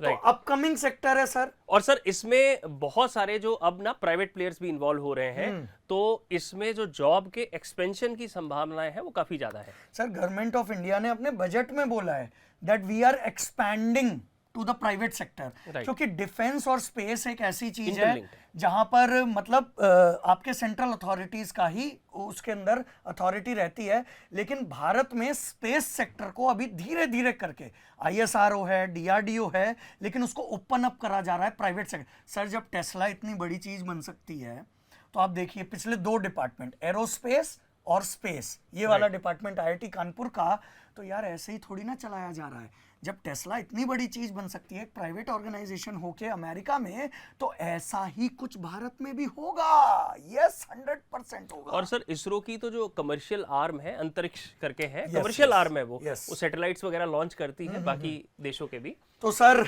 हमने तस्वीर लगाई, IIT कानपुर की साइट पे ही दिया हुआ है, साइट पे ही दिया हुआ है चंद्रयान 3। एक्चुअली हुआ क्या है, हमें इनसाइट्स मिले हैं और आप लास्ट में जाके टेस्टिमोनियल्स में भी देख सकते हैं कि हमारा बच्चा जो पीएचडी कर रहा है स्पेस के अंदर, उसका टेस्टिमोनियल आपको वहां पर मिल जाएगा। तो चंद्रयान 3 का जो पूरा डेटा है वो आईआईटी कानपुर की लेबोरेटरी में आया था, डेटा एनालिसिस के लिए, क्रंचिंग के लिए। और सर उस बच्चे ने हमें ये भी बताया कि सिमुलेशन के टॉप लेवल की लेबोरेटरीज, मशीनरी आईआईटी कानपुर में अवेलेबल है। तो एरोस्पेस और स्पेस दोनों में मतलब आईआईटी कानपुर अच्छा खासा दमखम रखता है सर। इसमें देखो ब्रॉड एरियाज ऑफ रिसर्च है। सर अभी थोड़े दिन पहले एक स्टूडेंट ने पूछा था कि कॉस्मोलॉजी में मेरा इंटरेस्ट है। हमसे मिलने भी आया था स्टूडेंट, मिलने आया था यही, हाँ कालूसराय वाले हमारे स्टूडियो में ऑफिस में जहां से हम रिकॉर्ड करते हैं। वो पूछ रहे थे कॉस्मोलॉजी में मेरा इंटरेस्ट है। तो मैं अब देखो ऐसे भी स्टूडेंट्स होते हैं, कुछ लोग तो सर सोचते हैं इंटरेस्ट क्या होता है, प्लेसमेंट होना चाहिए, नौकरी देखो। लेकिन ऐसे स्टूडेंट होते हैं जो अपना उनका एक इंटरेस्ट है। टॉप रैंक थी सर गेट के अंदर, मतलब कोई सा भी कोर्स मिल सकता है उस बच्चे को। लेकिन उस बच्चे ने हमसे सवाल क्या पूछा, सर मेरा कॉस्मोलॉजी में इंटरेस्ट है तो मेरे को क्या करना चाहिए। राइट, अब उसमें जवाब देखो कि देखो आज मिल रहा है। इसके अगर आप एरियाज देखोगे ना, if you see the areas, research areas, तो ये आपके रिसर्च एरियाज हैं। Planetary science and technology, space and astronomical instrumentation, observational astronomy, ये सर ये उस स्टूडेंट का भी जवाब है। जवाब है बिल्कुल, राइट, हाँ। And space technology obviously. तो देखो इसमें क्या होता है कि जब आप किसी फील्ड में पीएचडी करने जाते हो, खास करके मैं पीएचडी की बात इसलिए करूंगा सर क्योंकि बड़े डीप इन्वॉल्वमेंट है इनमें, तो आपको उस समय तुरंत शायद आपको नहीं लगे कि यार ठीक है मेरे दोस्त नौकरी कर रहे हैं और फोटोज वोटोज डाल रहे हैं, घूमने जा रहे हैं। बट जैसे जैसे आप अपनी एक्सपर्टीज किसी एरिया में बढ़ाते हो, तो तब जब आप इंडस्ट्री में उतरते हो ना, तो आपका फिर मैच नहीं होता है। आइए सर अगला डिपार्टमेंट। तो बेटा इसमें ना मटेरियल साइंस के अंदर दो तरह के कोर्सेज हैं सर। एक तो मटेरियल साइंस एंड इंजीनियरिंग करके है, और एक ये है सर अच्छा ये वाला जो है ये मैकेनिकल और पीआई और एक्सी वाले ही स्टूडेंट्स के लिए है। लेकिन ये वाला जो कोर्स है ये इंटरडिसिप्लिनरी कोर्स है ओवर द मटेरियल साइंस। तो सर इसमें थोड़ा सा जो रिसर्च एरियाज हैं उन पे बात कर लेते हैं। ये वो वाला है जो मटेरियल साइंस इंजीनियरिंग जो कोर है, जो कोर है हमारा, जो कोर मैकेनिकल इंजीनियरिंग में है। आप इसका अगर कोर्स वर्क देखोगे ना पूरा तो आपको समझ में आएगा बहुत सारे ऐसे इसके चीजें हैं जो अभी बहुत ज्यादा रेलेवेंट हो रही है। जैसे अभी हम देखेंगे ceramics, batteries, battery manufacturing, semiconductors, इन सब में मतलब बहुत इंपॉर्टेंट रोल। और देखिए कोर्स चाहे कोई सा भी हो, AIML आपको करना ही पड़ेगा। बिल्कुल। तो रिजिड तो होना ही नहीं है। हम इस फिलॉसफी के साथ चल ही रहे हैं सर, स्टार्टिंग से ही चल रहे हैं इस फिलॉसफी के साथ। और ये जो इंटरडिसिप्लिनरी कोर्स है सर, इसमें तो मुझे बहुत ही ज्यादा स्कोप नजर आ रहा है। देखिए इसमें सेमीकंडक्टर सीधा कोर्स वर्क में ही लिख रखा है, और एक और था बैटरीज लिख रखा है। सर बैटरीज तो सर इतना इंपॉर्टेंट होने वाला है, क्योंकि आप सोचिए ना पूरे भारत का सारा गाड़ियां जो है battery system, lithium ion batteries, और ये सारी जो टेक्नोलॉजी है, और इवन ड्रोन्स वगैरह को भी चलाने के लिए, कुछ और चीज को भी करने के लिए बैटरीज बहुत इंपॉर्टेंट है। सर गवर्नमेंट ने जो टारगेट सेट किया वो मीट हो पाता है कि नहीं? 2030 तक ऑलमोस्ट हमारा जो व्हीकल्स हैं, ऑटोमोबाइल्स हैं, उसको इलेक्ट्रिक करने का खैर बड़ा ही एम्बिशियस टारगेट है।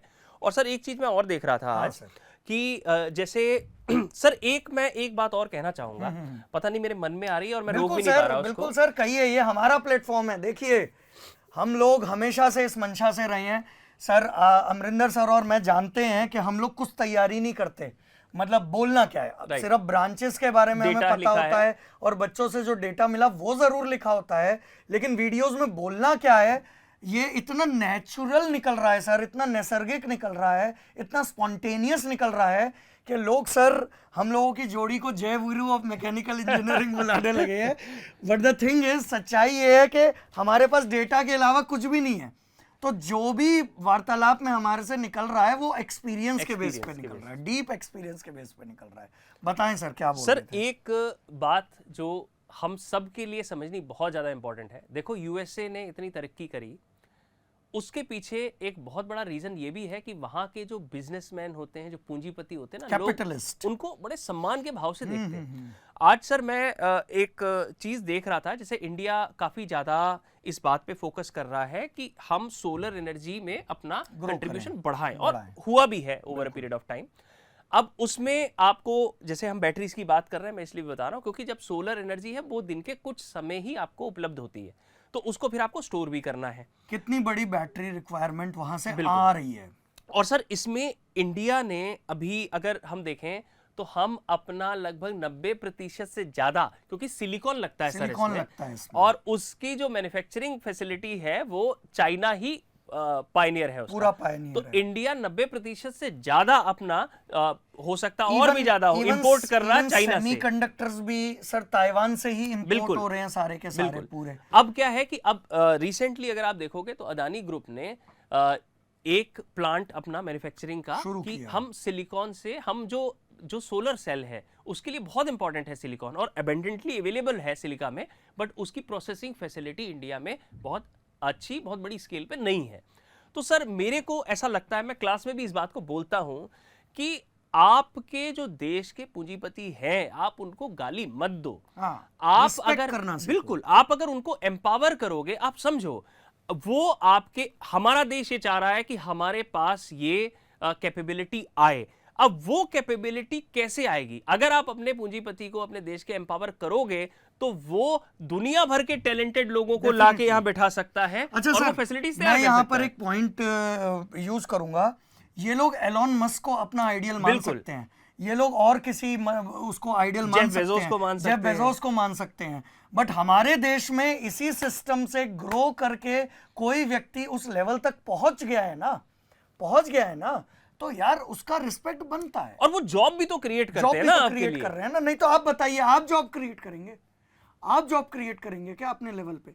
आप भी करेंगे किसी दिन, हम मना नहीं कर रहे हैं, लेकिन अभी करेंटली जो व्यक्ति वहां पर है, जो कर चुके हैं, उनको हमें एक मतलब एक होता है ना, एक भावना, कम से कम गलत भावना ना रखें। बिल्कुल। देखिए ये बात बहुत इंपॉर्टेंट है, क्योंकि इंडिया में ना एक इमोशनल फैक्टर के माध्यम से ये भी बनाने की कोशिश की गई कि पैसे तो मायने रखते ही नहीं है, बट सच्चाई ये है कि इकोनॉमिकली और पैसे वाइज भी हर फैमिली को भी ग्रो करना है, आपको भी ग्रो करना है, तभी देश स्टेबिलिटी की तरफ जाएगा। ये भारत सर अध्यात्म का तो बहुत बड़ा केंद्र रहा है, लेकिन आपको अगर ध्यान भी करना है तो उसके लिए भी लाइफ के कुछ ऐसे कंफर्ट्स और कुछ ऐसी चीजें चाहिए। रोटी कपड़ा मकान। सर सिंपल सी बात है, रोटी कपड़ा मकान तो सॉर्टेड होगा, तभी आप उस लेवल के अगर ऊपर हो, तभी फिर अध्यात्म की बातें शुरू हो पाएंगी। बिल्कुल। खाने को रोटी ना हो, अगले पल का कुछ पता ना हो, तो सर भूखे पेट तो राम का भजन भी नहीं हो पाता है, ये सच्चाई है। तो अध्यात्म तो फिर छोड़ ही दीजिए। तो चलिए, तो हम लोग आज बहुत ही बेहतरीन out of the box discussion हो गया, क्योंकि हम लोग बहुत दिल से अपने बच्चों के साथ बातचीत कर रहे हैं, और डीप अंडरस्टैंडिंग है ही सर। इस तरह का कंटेंट आपको इंटरनेट पे नहीं मिलेगा टीचर्स के तरफ से, बट हाँ, हम लोग बड़े खुले दिल से आप लोगों के साथ वार्तालाप करते हैं। तो आज का वीडियो हम यहीं पर समाप्त करेंगे, एंड अगले कौन सा कॉलेज डिस्कस करेंगे वो सस्पेंस छोड़ेंगे, एंड अगले एपिसोड में हम लोग मिलेंगे। धीरे धीरे ग्रो करते चले जाइए, एक माइंडसेट डेवलप करिए, और इकोनॉमिकली भी आपको स्टेबल होना है, फिनेंशियली भी स्टेबल होना है, माइंड वाइज भी स्टेबल होना है, हमें हर चीज़ में फतेह हासिल करनी है। That is the most important thing. और आपके साथ साथ ये देश को भी आगे बढ़ना है, आप आगे बढ़ोगे तो देश भी आगे बढ़ेगा। Definitely sir, and this is our fight against बेरोजगारी आल्सो, राइट। क्योंकि इसी माइंडसेट के साथ हम चले हैं कि सर नौकरी तो लगता ही नहीं, नौकरी तो यही नहीं। आप अपने अंदर का काबिलियत खोजिए, नौकरी है, हर जगह है, लेकिन आप उसके काबिल तो बनिए, तभी वो चीज़ मिलेगी। चलिए, on that note, this is Varun Pathak sir signing off with Amarinder sir. जय हिंद, नमस्कार।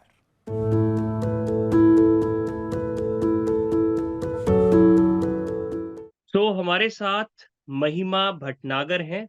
Welcome Mahima Bhatnagar to this discussion. IIT Kanpur के इस डिस्कशन में आपका स्वागत है। महिमा, सबसे पहले मैं आपके बारे में थोड़ा सा बता देता हूँ, फिर कुछ हम्म, सवाल आपसे पूछूंगा। तो आज के हमारे डिस्कशन में एक नई चीज ये है कि हमारे साथ पीएचडी की स्टूडेंट है यस। महिमा।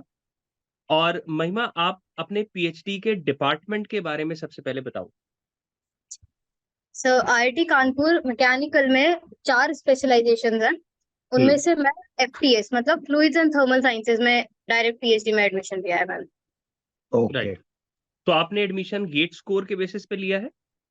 हाँ सर, गेट स्कोर के बेसिस पे मेरे पास इंटरव्यू कॉल आया था। फिर आईआईटी कानपुर में फिजिकली जाके एक रिटन टेस्ट था, उसके बाद 2 इंटरव्यू राउंड्स थे, उसके बाद सिलेक्शन हुआ है। ओके, तो इसका महिमा कोर्स वर्क किस तरह से रहता है?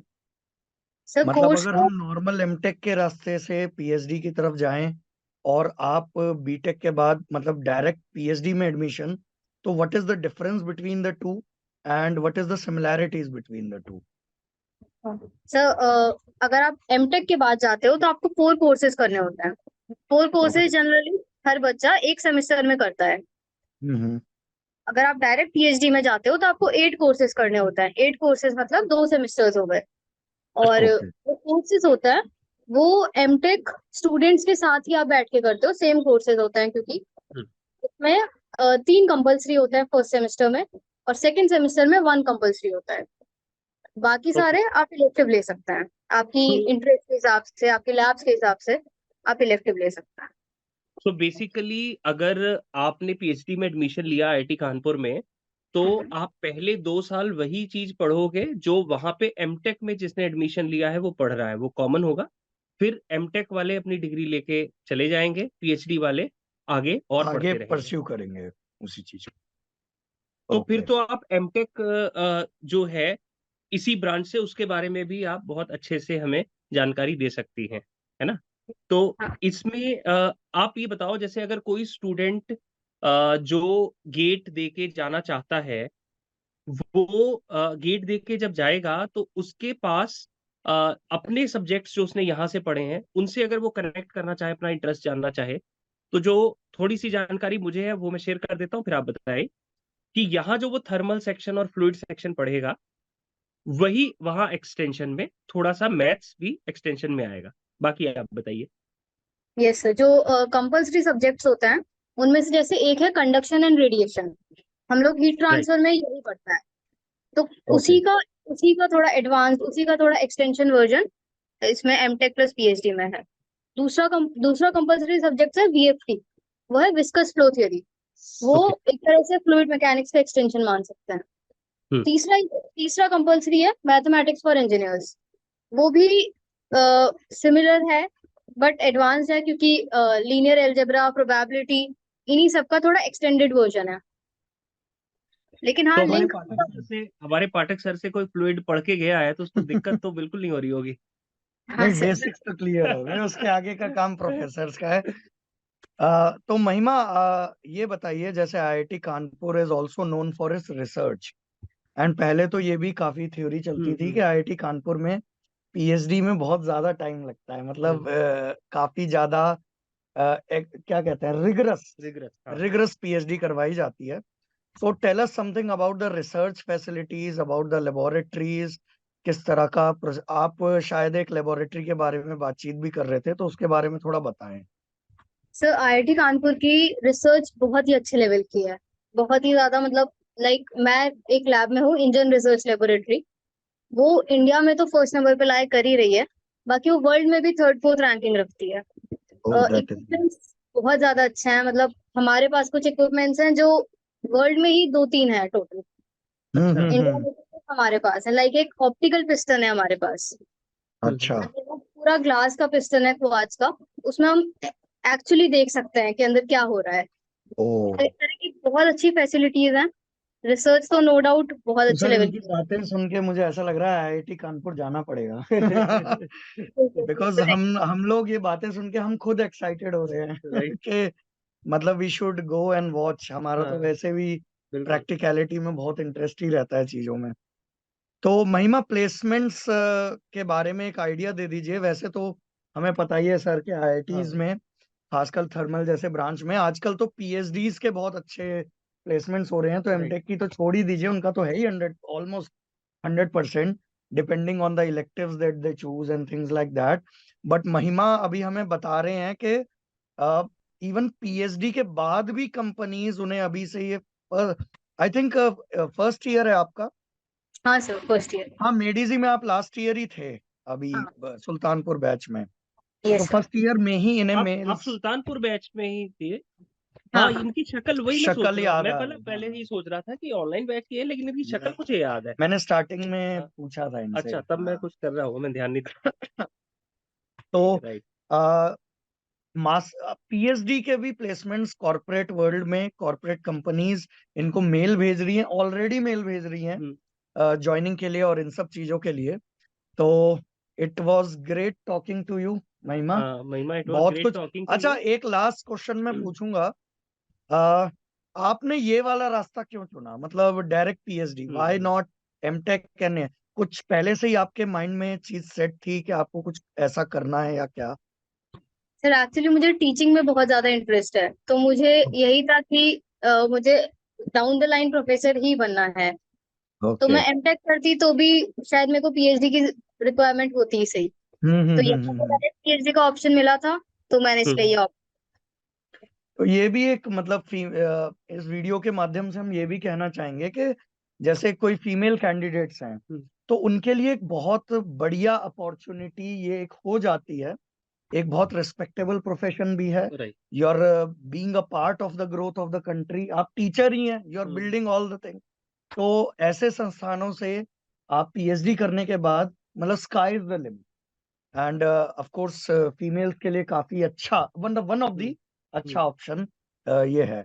सो महिमा, बात करके बहुत अच्छा लगा, गॉड ब्लेस यू। हाँ महिमा, आपकी ट्रेन भी है, आज आईआईटी कानपुर वापस जा रहे हो छुट्टी के बाद, हाँ। फिर भी आपने समय निकाला, हम लोगों को इतनी जानकारी दी, स्टूडेंट्स की बहुत हेल्प होगी। Thank you so much. Thank you. Okay, so आज हमारे साथ प्रशांत हैं। प्रशांत, प्रशांत आप कौन सा कोर्स कर रहे हो आईआईटी कानपुर में? Sir good afternoon sir, and sir मैं मैकेनिकल से मैन्युफैक्चरिंग साइंस से कोर्स कर रहा हूँ। ओके, आप फर्स्ट ईयर के स्टूडेंट हो कि second year? First year sir. First year के स्टूडेंट हो, ओके यस सर। ग्रेट। आप मेडिजी में कौन से बैच में थे? सर 2022 टू 2023 वाले बैच में, 22 अच्छा, दिल्ली बैच, सुल्तानपुर। हाँ। Yes sir. ओ- ओके। तो प्रशांत, मैन्युफैक्चरिंग में क्या स्पेशल है ऐसा आईआईटी कानपुर में? Sir degree of freedom sir. अच्छा, आई वुड ग्रेट से सर, आंसर सच यार, में। बहुत जबरदस्त आंसर। तो आप कुछ कोर्स वर्क के बारे में भी बता रहे थे कि मतलब आप यस अपने सर। हिसाब से कोर्सेज को चूज कर सकते हो और अपना यस सर। प्रोफाइल आप उस हिसाब से, तो थोड़ा उसके बारे में बताओ आप। सर मैन्युफैक्चरिंग तो बेसिक नीड है, सबको पता है, बट आप हम्म, किस जगह जा रहे हो वो ज़्यादा इम्पोर्टेंट है यहाँ पर। या तो आप डिज़ाइन एरिया में जाओ या आप थर्मल एरिया में जाओ। इट्स डिपेंड आपने कौन से कोर्सेज लिए हैं, और ये आपको पूरी छूट देता है यहाँ पर कि आप कोई से भी कोर्सेज ले सकते हो। और ऐसा भी है कि आप AIML या इससे भी ओरिएंटेड कोर्सेज होते हैं जो मैकेनिकल में है। जैसे एक कोर्स है DFA में, डिज़ाइन फॉर मैकेनिकल इंजीनियरिंग में होता है, मैन्युफैक्चरिंग इंजीनियरिंग में। इसमें जनरली हम प्रोडक्ट मैनेजमेंट का सीखते हैं कोर्स, और इसमें आगे अपॉर्चुनिटीज बहुत आती है। कुछ कुछ कंपनियां इसको बहुत मतलब लाइक प्रायोरिटीज देती है इस सब्जेक्ट को। आई थिंक ये ओके। बेस्ट ऑप्शन रहेगा। आप खुश हो आईआईटी कानपुर में जाने के बाद? हाँ हाँ सर, हाँ मैं तो और सही है। प्लेसमेंट भी ऑलमोस्ट 100% है ही हाँ। हाँ मैन्युफैक्चरिंग की। प्लेसमेंट है, मिल जाता है सर, प्लेसमेंट मिल जाता okay okay, great, wonderful, God bless you बेटा। चलिए सर, अभय से बात करते हैं। अभय हमारे पुराने, मतलब he is passed out from IIT IIT Kanpur, he is currently कहाँ पर प्लेस्ड हो अभय आप? सर मैं फोर्ड मोटर कंपनी चेन्नई में हूँ सर। ओके। आपकी ब्रांच क्या थी अब है? सर मेरी उस टाइम पर सर ब्रांच थी IME, industrial and management engineering. तो अभी उसका नाम चेंज हो गया है, अभी वो है डिपार्टमेंट ऑफ मैनेजमेंट साइंस। अच्छा। ओके, तो आपका करेंटली पैकेज कितना है, if you are comfortable to disclose? Last year का जो एवरेज CTC था, है, मेरी ब्रांच का वो 17.4 था। तो मेरा एबव एवरेज है, उससे 10-20% याद है। अच्छा, तो स्मार्टली प्ले किया है, अरे ये इनके अच्छा पता है। लगे इनके हाँ कलीग्स देखे ये वीडियो कहेंगे अच्छा। हाँ, because these videos are so much loved by the students.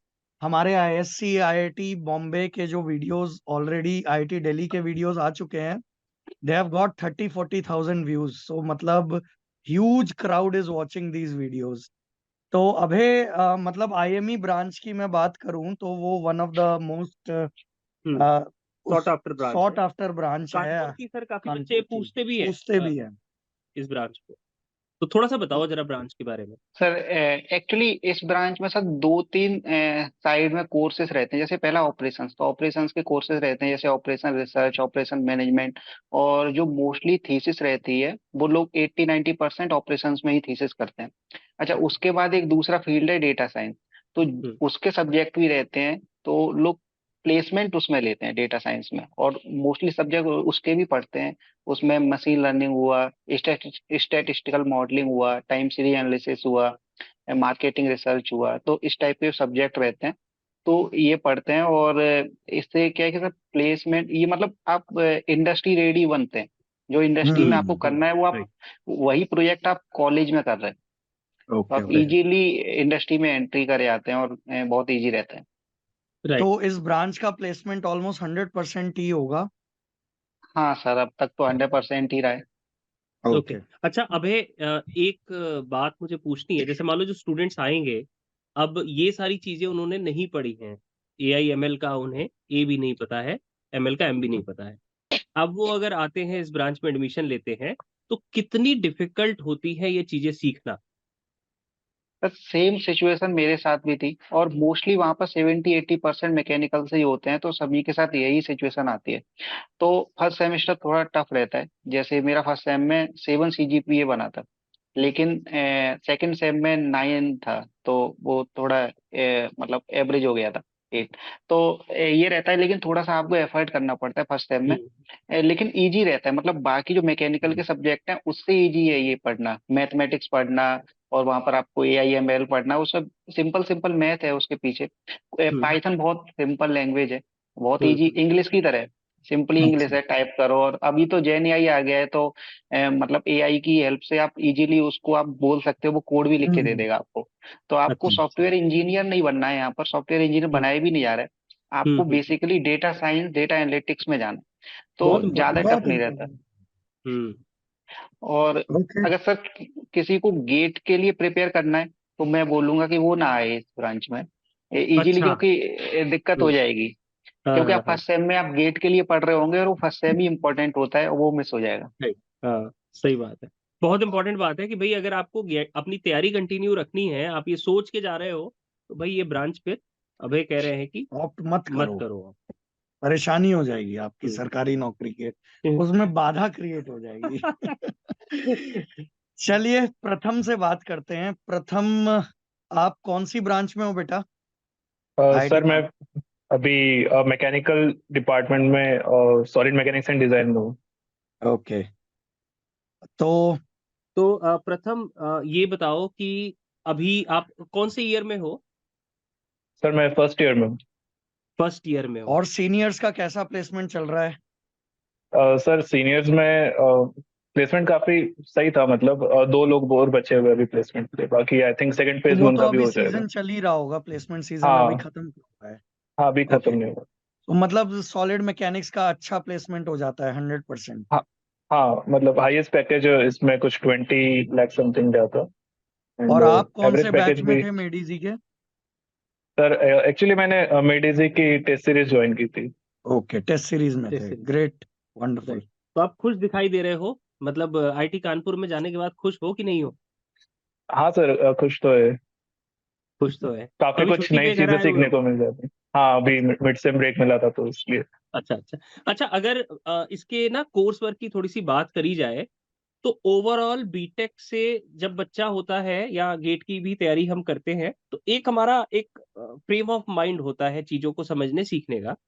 अब यहां से आप जब मास्टर्स में गए, तो आपको क्या लगता है कि how that perspective has changed.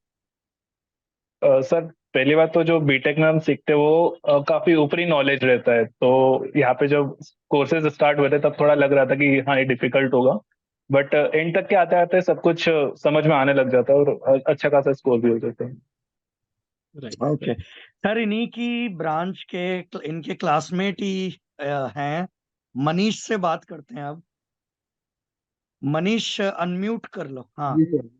Manish, आप भी डिजाइन ब्रांच के ही हैं यस सर। और फर्स्ट ईयर के स्टूडेंट हैं। डिजाइन, हाँ first year sir, second semester अभी कंटिन्यू चल रहा तो अब मोस्ट ऑफ द डिजाइन की चीजें हमने प्रथम से डिस्कस कर ही ली है, तो तुमसे कुछ अलग पूछते हैं। तुम ये बताओ, हॉस्टल का खाना कैसा है? है। तो खाना कानपुर का सर काफी अच्छा खाना है। खाना अभी अच्छा है, हम लोग हॉल, की बता रही है तुम्हारी। अभी सर अभी तो मैं घर पे हूँ सर, अभी कल जा रहा हूँ वापस, होली के अच्छा रिसेस में आया था। यस अच्छा। सर। तो मनीष, आप ये बताओ, जैसे आईआईटी कानपुर को हमेशा से एक टैग है रिसर्च फैसिलिटीज में, और रिसर्च के जो यस सर। ओरिएंटेशन लेबोरेटरीज हैं वो वर्ल्ड क्लास हैं। तो उसके बारे में थोड़ा यस सा सर। बताओ, मतलब रिसर्च की, अगर कोई बंदा मतलब जॉब के माइंडसेट से ना जाके अगर रिसर्च के माइंडसेट से जाता है, तो उसको क्या अपॉर्चुनिटीज हैं आईआईटी कानपुर में? लेबोरेटरी स्ट्रक्चर्स कैसा है, प्रोफेसर्स कैसे हैं, उसके बारे में थोड़ा बताओ। सर प्रोफेसर लाइक काफी सर, प्रोफेसर काफी सपोर्टिंग है। अगर तुमको, जैसे तुमको पीएसयू जाना है तो जैसे हम लोगों को गाइड चूज करना पड़ते हैं, तो पहले हमको बताना पड़ता है कि तुम लोग जा रहे हो पीएसयू नहीं जा रहे हो। तो जो जो लोग पीएसयू नहीं जा रहे हैं तो उनके लिए काफी सपोर्टिंग होते हैं। जिनको जाना होता है लाइक वो बोलते हैं कि अभी 2-3 महीने और वेट कर लो, तब जाके हम थीसिस वर्क स्टार्ट करेंगे। तो लाइक ऐसे है अच्छा। कि जैसे तुमको कंटिन्यू करना है तो सर हाँ काफी सपोर्टिंग है, और अच्छा फैसिलिटी, अलग अलग सारे प्रोफेसर के अलग अलग की लैब है, तो तुमको वहाँ पे सिस्टम वगैरह प्रोवाइड किया जाएगा। जाके वहीं लैब में दिन भर काम करो, रात में भी काम करवाते हैं। जैसे वहीं पे रह, काफी लोग तो वहीं पे रहते हैं, वहीं पे सोते भी हैं, सर ये खाना अच्छी खाने बात है। में ये करवाते हैं। मास्टर्स की, हाँ हाँ, मतलब प्रोफेसर एक तो ना मुझे ये लगता है कि क्लियर कर दें कि भाई ठीक इन्होंने है। इन्होंने जैसे कहा ना कि मतलब रात को हम वहीं सो जाते हैं और ये और वो, मेरे को अपने दिन भी याद आ गए। हम भी वहीं लैब के अंदर गद्दा बिछा के मतलब वहीं पर सो जाया करते थे। मशीन चल रही है और वो डेटा कलेक्ट होता चला जा रहा है कंप्यूटर में, सॉफ्टवेयर में, तो सो जाते थे। बढ़िया आनंद के दिन थे सर वो। और और सर हमारे एक चीज और साथ आनंद के दिन। सर, आनंद भी हैं लाइक हमारे साथ। आनंद से बात कर लेते हैं अब। मनीष सर कुछ बोल रहे हाँ थे आई मनीष, थिंक। बताएं क्या बोल रहे हैं। सर मैं एक चीज बोल रहा था। जैसे हम लोग जब काउंसलिंग करा रहे थे तो मतलब ऐसे मिसकंसेप्शन रहता था कि आईआईटी कानपुर में बहुत ज्यादा मतलब पढ़ाया जाता, लाइक टाइम नहीं स्ट्रिक्टनेस मिलता। है, सर हाँ। ऐसा कुछ है नहीं। यस सर, लाइक एक दिन में 2 लेक्चर या फिर 3 लेक्चर होते हैं। कोई 1 आवर 30 मिनट, 1 आवर 15 मिनट ऐसे ही होते हैं। तो ज्यादा नहीं रहता सर। लाइक तुम 2-3 घंटे रूम पे पढ़ लो, उसके बाद क्लास अटेंड कर लो, तो बढ़िया से हो जाता है सर। कुछ ज्यादा नहीं पढ़ना पड़ता, लाइक ऐसा रहता है। Good good. चलिए सर, आनंद से बात करते हैं। आनंद बेटा, आप कौन से ब्रांच में हो आईआईटी कानपुर में? जी sir, good evening. Good evening. मैं मटेरियल साइंस प्रोग्राम से हूँ सर, ओके। फर्स्ट ईयर से। तो आप मेडिजी के स्टूडेंट रहे हो आप? जी सर, मैं 22-23 बैच का स्टूडेंट था, जुलाई का। जी sir, on offline offline. Offline offline, मुझे तभी ओके। शक्ल याद है, मैंने हाँ उनसे बोला शक्ल मुझे इनकी याद याद आ रही है मुझे। जी तो सर। आप थोड़ा मटेरियल साइंस ब्रांच के बारे में बताओ कि उसमें कौन कौन से स्पेशलाइजेशंस हैं और प्लेसमेंट का क्या स्कोप है या रिसर्च का क्या स्कोप है। आप उस ब्रांच के बारे में थोड़ा बताओ। जी सर, मटेरियल साइंस प्रोग्राम एक इंटरडिसिप्लिनरी प्रोग्राम है यहाँ पे। तो इसकी कोर्सेज जो होती हैं काफ़ी इंटरडिसिप्लिनरी होती हैं। यहाँ पे स्टूडेंट्स जो आएंगे वो मतलब हर डिपार्टमेंट से होंगे, एमएससी बैकग्राउंड के भी होंगे और केमिकल इंजीनियरिंग के होंगे, इलेक्ट्रॉनिक्स के होंगे, इलेक्ट्रिकल के होंगे और इंस्ट्रूमेंटेशन के भी हैं। तो हर डिपार्टमेंट्स के बच्चे होते हैं। और इस बार तो मोस्टली 40% मैकेनिकल के हैं, 35% कह सकता हूँ, अब बाकी दूसरे ब्रांच के भी।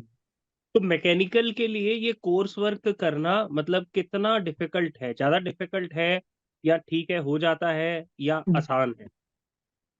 सर मेरी पर्सपेक्टिव से ये लगा मुझे कि हाँ मतलब आसान तो है, क्योंकि हम लोग मैकेनिकल में ऑलरेडी मटेरियल साइंस पढ़ के आते हैं। लेकिन डिपेंड करता है कि मतलब गेट के प्रिपरेशन के टाइम पढ़ा था कि नहीं किसी ने, और दूसरी बात ये भी है कि मतलब वो न्यू चीजें पढ़ना पसंद है कि नहीं किसी को, क्योंकि सेमीकंडक्टर्स हमारे यहाँ पढ़ाया जाता है। हमारे यहाँ मतलब अब दूसरी चीज dielectric properties of material, electrical properties of material पढ़ाई जाती है। तो काफी दूसरी चीजें भी हमें समझ में आती हैं, जो कि मतलब इंडिया की पर्सपेक्टिव आगे चल के देखा जा रहा है कि सेमीकंडक्टर में ग्रोथ है। तो ये चीजें भी मतलब अगर सोच है किसी का सीखने का तो काफी मजा आता है, जो मुझे मजा आता है मतलब। राइट। तो जैसे आनंद बता रहे हैं, जो मटेरियल साइंस वाला ब्रांच है सर, ये सेमीकंडक्टर, बिकॉज हमारी बातचीत हो चुकी है माइक्रोन वगैरह कंपनीज से, तो वो जो पूरा मटेरियल पीरियोडिक टेबल में जितने भी एलिमेंट्स होते हैं सबका यूटिलाइजेशन है सेमीकंडक्टर, तो उसमें मटेरियल Yes. साइंस एक बहुत इंपॉर्टेंट रोल प्ले करता है। साथ ही साथ sir battery manufacturing, lithium ion, electric vehicles चलेंगे तो sir. बैटरी तो लगेगी ना। और उसके अलावा भी बैटरी, अब आप जानते हो सर, स्टोरेज करना ही करना है। सो ये अपकमिंग जी। सेक्टर्स हैं सारे। लोग सोचते हैं कि मटेरियल साइंस करके मतलब क्या ही मिलेगा, मतलब थोड़ा सा एक सब ऐसा सोचते sir. हैं, बट बहुत ही अपकमिंग सेक्टर है। और अगर आपकी बहुत अच्छी नॉलेज है उसके अंदर, रिसर्च है, प्रोजेक्ट्स अच्छे कर रखे हैं आपने, इलेक्टिव्स अच्छे से चूज कर रखे हैं, तो मटेरियल साइंस एक बहुत अच्छी अपॉर्चुनिटी आपको देता है। राइट। तो तो आनंद, जी सर। आप की ब्रांच के अगर प्लेसमेंट के बारे में बात करी जाए तो क्या ऑब्जर्व कर रहे हो कि प्लेसमेंट कैसा, अगर आपके सीनियर्स का कैसा चल रहा है? आप कौन सी ईयर में है वैसे? जी फर्स्ट ईयर में हूँ सर। फर्स्ट ईयर में है। तो कैसा चल रहा है आपके सीनियर्स का प्लेसमेंट? जी सीनियर्स पिछले साल मतलब क्योंकि मतलब 6 स्टूडेंट्स ही थे, तो उसमें से 2 लोग प्लेस हो चुके हैं। एक का ऑन कैंपस हुआ था, एक ऑफ कैंपस हो गया है। और दूसरे मतलब अभी और लोग क्योंकि चल रहा है अभी प्लेसमेंट फेज 2 का, तो इसमें कोशिश कर रहे हैं। बाकी मतलब क्योंकि हमारे जैसे कि एमएसई की जितनी कंपनियां आती हैं उतनी एमएसपी में आती हैं, पर सारी में मतलब अपॉर्चुनिटीज हमें अवेलेबल तो है। बाकी मोस्टली हमारे जो सीनियर्स इससे पहले के थे वो रिसर्च में गए हैं, कुछ जर्मनी में गए हैं, कुछ न्यू साउथ वेल्स ऑस्ट्रेलिया में गए हैं, तो रिसर्च की अपॉर्चुनिटीज काफी अच्छी क्रिएट होती हैं यहाँ से। Okay okay great. चलिए सर, गौरी से बात करते हैं। And Gauri hello sir. आप, हेलो गौरी, आप कौन से कोर्स में हो आईआईटी कानपुर के? सर मेरा स्पेस एंड प्लानिटरी साइंसेज है। मैं ये डायरेक्ट PhD? पीएचडी हूँ आफ्टर बीटेक। Completely different. हाँ। ये सही तो रिसर्च PhD, ओरिएंटेड अच्छा, है। आज सर हमने बात भी करी थी, एक और हमारी फीमेल स्टूडेंट हैं जो हाँ, जस्ट आईआईटी अभी अभी कानपुर में है। और हरमल हाँ, से पीएचडी है हम वो। हाँ वो पीएचडी कर रही हैं। तो मतलब मैं ऐसे पूछ रहा हूँ कि आप हो सकता है जानती भी हो, महिमा नाम है उनका। तो ये ऐसी चॉइस हमने हमारे 2 फीमेल स्टूडेंट्स की देखी है, तो इसके पीछे क्या वजह है? सर मतलब पर्टिकुलरली यदि मैं फीमेल केस में बात करूं तो हम्म। थोड़ा सा घर से ऐसा रहता है कि प्रोफेसरशिप एंड ये थोड़ा सा एक हाँ लाइक फेवरेबल एटमॉस्फेयर रहता है, देता है बिल्कुल फीमेल बिल्कुल। के लिए, एंड थोड़ा हाँ हाँ। सिक्योर जॉब लाइन रहती है। राइट तो राइट। ये एक मेन रीजन है कि मोस्टली फीमेल जो है ये रिसर्च ओरिएंटेड एंड पीएचडी जैसे करिकुलम में जाना पसंद करते हैं। हम्म। अच्छा, अगर जैसे आपका आपने बताया था गौरी की जो जैसे पीएचडी का कोर्स वर्क है आपका 5 साल का है, हाँ बट हाँ पहले 2 साल आप वही कॉमन चीजें पढ़ती हैं जो मास्टर्स के एमटेक के स्टूडेंट्स पढ़ रहे हैं, राइट? हाँ, यस सर। सो अगर उनके प्लेसमेंट के बारे में बात करी जाए तो कैसा चल रहा है प्लेसमेंट? अच्छा, आपका जो, क्योंकि ये बड़ी स्पेशलाइज्ड आपकी स्पेस। फील्ड है, हाँ, तो यस तो सर। इसमें जो आप कौन से मास्टर स्टूडेंट्स के साथ पढ़ रही हैं इसमें? ओके तो सर लाइक मेरा जो बैकग्राउंड है that is mechanical engineering, right. और ये इंटरडिसिप्लिनरी है, इसके अंदर हर डिपार्टमेंट से हर है। डिपार्टमेंट। तो हम्म मेरे जो बेसिकली कोर्सेज चल रहे हैं वो जो कंपलसरी कोर्सेज थे जो स्पेस डिपार्टमेंट के थे वो हम्म 3 कंपलसरी थे। उसके बाद मैंने मोस्टली मैकेनिकल के ही कोर्सेज करे हैं, विस्कस फ्लो थ्योरी है, जियोफिजिकल फ्लूइड डायनामिक्स एक्सेट्रा। तो ओके ये ओके। मेरा मतलब मैकेनिकल बैकग्राउंड के ही मैं कोर्सेज कर रही हूँ। और जो मेरा रिसर्च है ये भी प्योरली मतलब मेरा जो है ये study of granular flow on space asteroids है, मतलब मेरा पीएचडी वर्क। तो that is mainly oriented with mechanical only. हम लोग मीन्स जो गवर्निंग इक्वेशन है हम नावियर स्टोक्स से ही वो सॉल्व कर रहे हैं चीजें। तो गौरी, आप तो जैसे पीएचडी स्टूडेंट हो, तो रिसर्च फैसिलिटीज वगैरह कैसे हैं आईआईटी कानपुर में? थोड़ा लैब्स वगैरह के बारे में बताइए। और जैसे बहुत बारी ऐसा होता है कि इंडस्ट्री के प्रोजेक्ट्स आ जाते हैं आईआईटीज यस के सर, पास, तो वहां से भी एक अच्छी खासी फंडिंग होती है आईआईटीज को। Yes even sir, correct professors की भी जान पहचान से जी। सीधा कॉरपोरेट से ही प्रोजेक्ट्स मिल जाते हैं। तो आप थोड़ा उस लिहाज से बताओ कि आईआईटी कानपुर में मतलब इस तरह के प्रोजेक्ट्स हैं, चल रहे हैं, और लैब फैसिलिटीज वगैरह कैसी हैं? ओके, तो सर यदि मैं प्रोजेक्ट्स की बात करूँ तो फिर काफी सारे जो है जो इंडस्ट्री से टाई अप प्रोजेक्ट चल रहे हैं, और अच्छे अच्छे लाइक डीआरडीओ से टाइड अप है, एचएएल से टाइड अप है, देन इसरो से भी टाइड अप प्रोजेक्ट चल रहे हैं। जो आदित्य L1 था उसका जो डेटा हम्म। है ये स्पेस डिपार्टमेंट के स्टूडेंट्स के पास मतलब एनालाइज ठीक है। करने के लिए अच्छा अच्छा। आने वाला है इन फ्यूचर। So okay. और लैब जो फैसिलिटीज है वो भी काफी सही है, मतलब फंडिंग वाइज भी लाइक हमें मेरा जो एक्सपेरिमेंटल काम है, तो जो भी चीजें लगती है एक्सपेरिमेंट सेटअप वगैरह के लिए वो पूरी फंडेड रहती है इंस्टीट्यूट की तरफ से। एंड हमें ग्रांट भी मिलता है लाइक इंटरनेशनल कॉन्फ्रेंस वगैरह अटेंड करने के लिए। पर ईयर 2 लाख रुपीज का ग्रांट रहता है कि आप बाहर कोई इंटरनेशनल कॉन्फ्रेंस वगैरह अटेंड करने के लिए। तो अच्छा, ये आपको काफी 37,000 पर मंथ स्टाइपेंड वैसे मिलते हैं, स्टाइपेंड मिलता है, फिर ये एंड आई बढ़ते थिंक बढ़ेगा वो। Plus grant, this is for hmm. 2 years 37, and then third year से 42,000 अच्छा, रहता है। तो किसी का अगर पहले से ही माइंडसेट क्लियर हो, so hmm. I think this is much हाँ, बेटर। मत और गौरी ने हमें ये बताया था कि जैसे मास्टर्स का आपका टीपीओ है, सेल है, वैसे ही आज की डेट में हाँ, आईआईटीज में भी पीएचडी के पीएचडीज के लिए लिए भी ट्रेनिंग एंड प्लेसमेंट ऑफिस हो प्लेसमेंट गया है। सेल है ये और सर। पीएचडीज को डायरेक्टली कंपनीज रिक्रूट कर रहे हैं। रिक्रूट करते क्योंकि सर देखिए, हर तरफ से कोर सेक्टर जो है वो बांधे हुआ है। तो जो डायरेक्ट आरएनडी में, जैसे जनरल इलेक्ट्रिक्स के आरएनडी में जाना है, या फिर करेक्ट, स्पेस में हो गया, या कोई हैं। डिफेंस सेक्टर हो गया सर सर। डिफेंस और स्पेस तो अपकमिंग सेक्टर्स हैं। भारत सरकार के भी माई जीओवी के स्पेस के अंदर बड़े सारे स्टार्टअप्स आ रहे हैं। तो गौरी का ये जो डिसीजन है स्पेस के अंदर पीएचडी करने का, ये मतलब आई थिंक बहुत फ्यूचरिस्टिक डिसीजन है। And she is going to get a lot of offers from the corporates. It is my personal understanding of how Bharat is growing and how the futuristic things are after talking to a lot of student community. So great, it was wonderful talking to you all. हम लोग and करेंगे इस चीज को।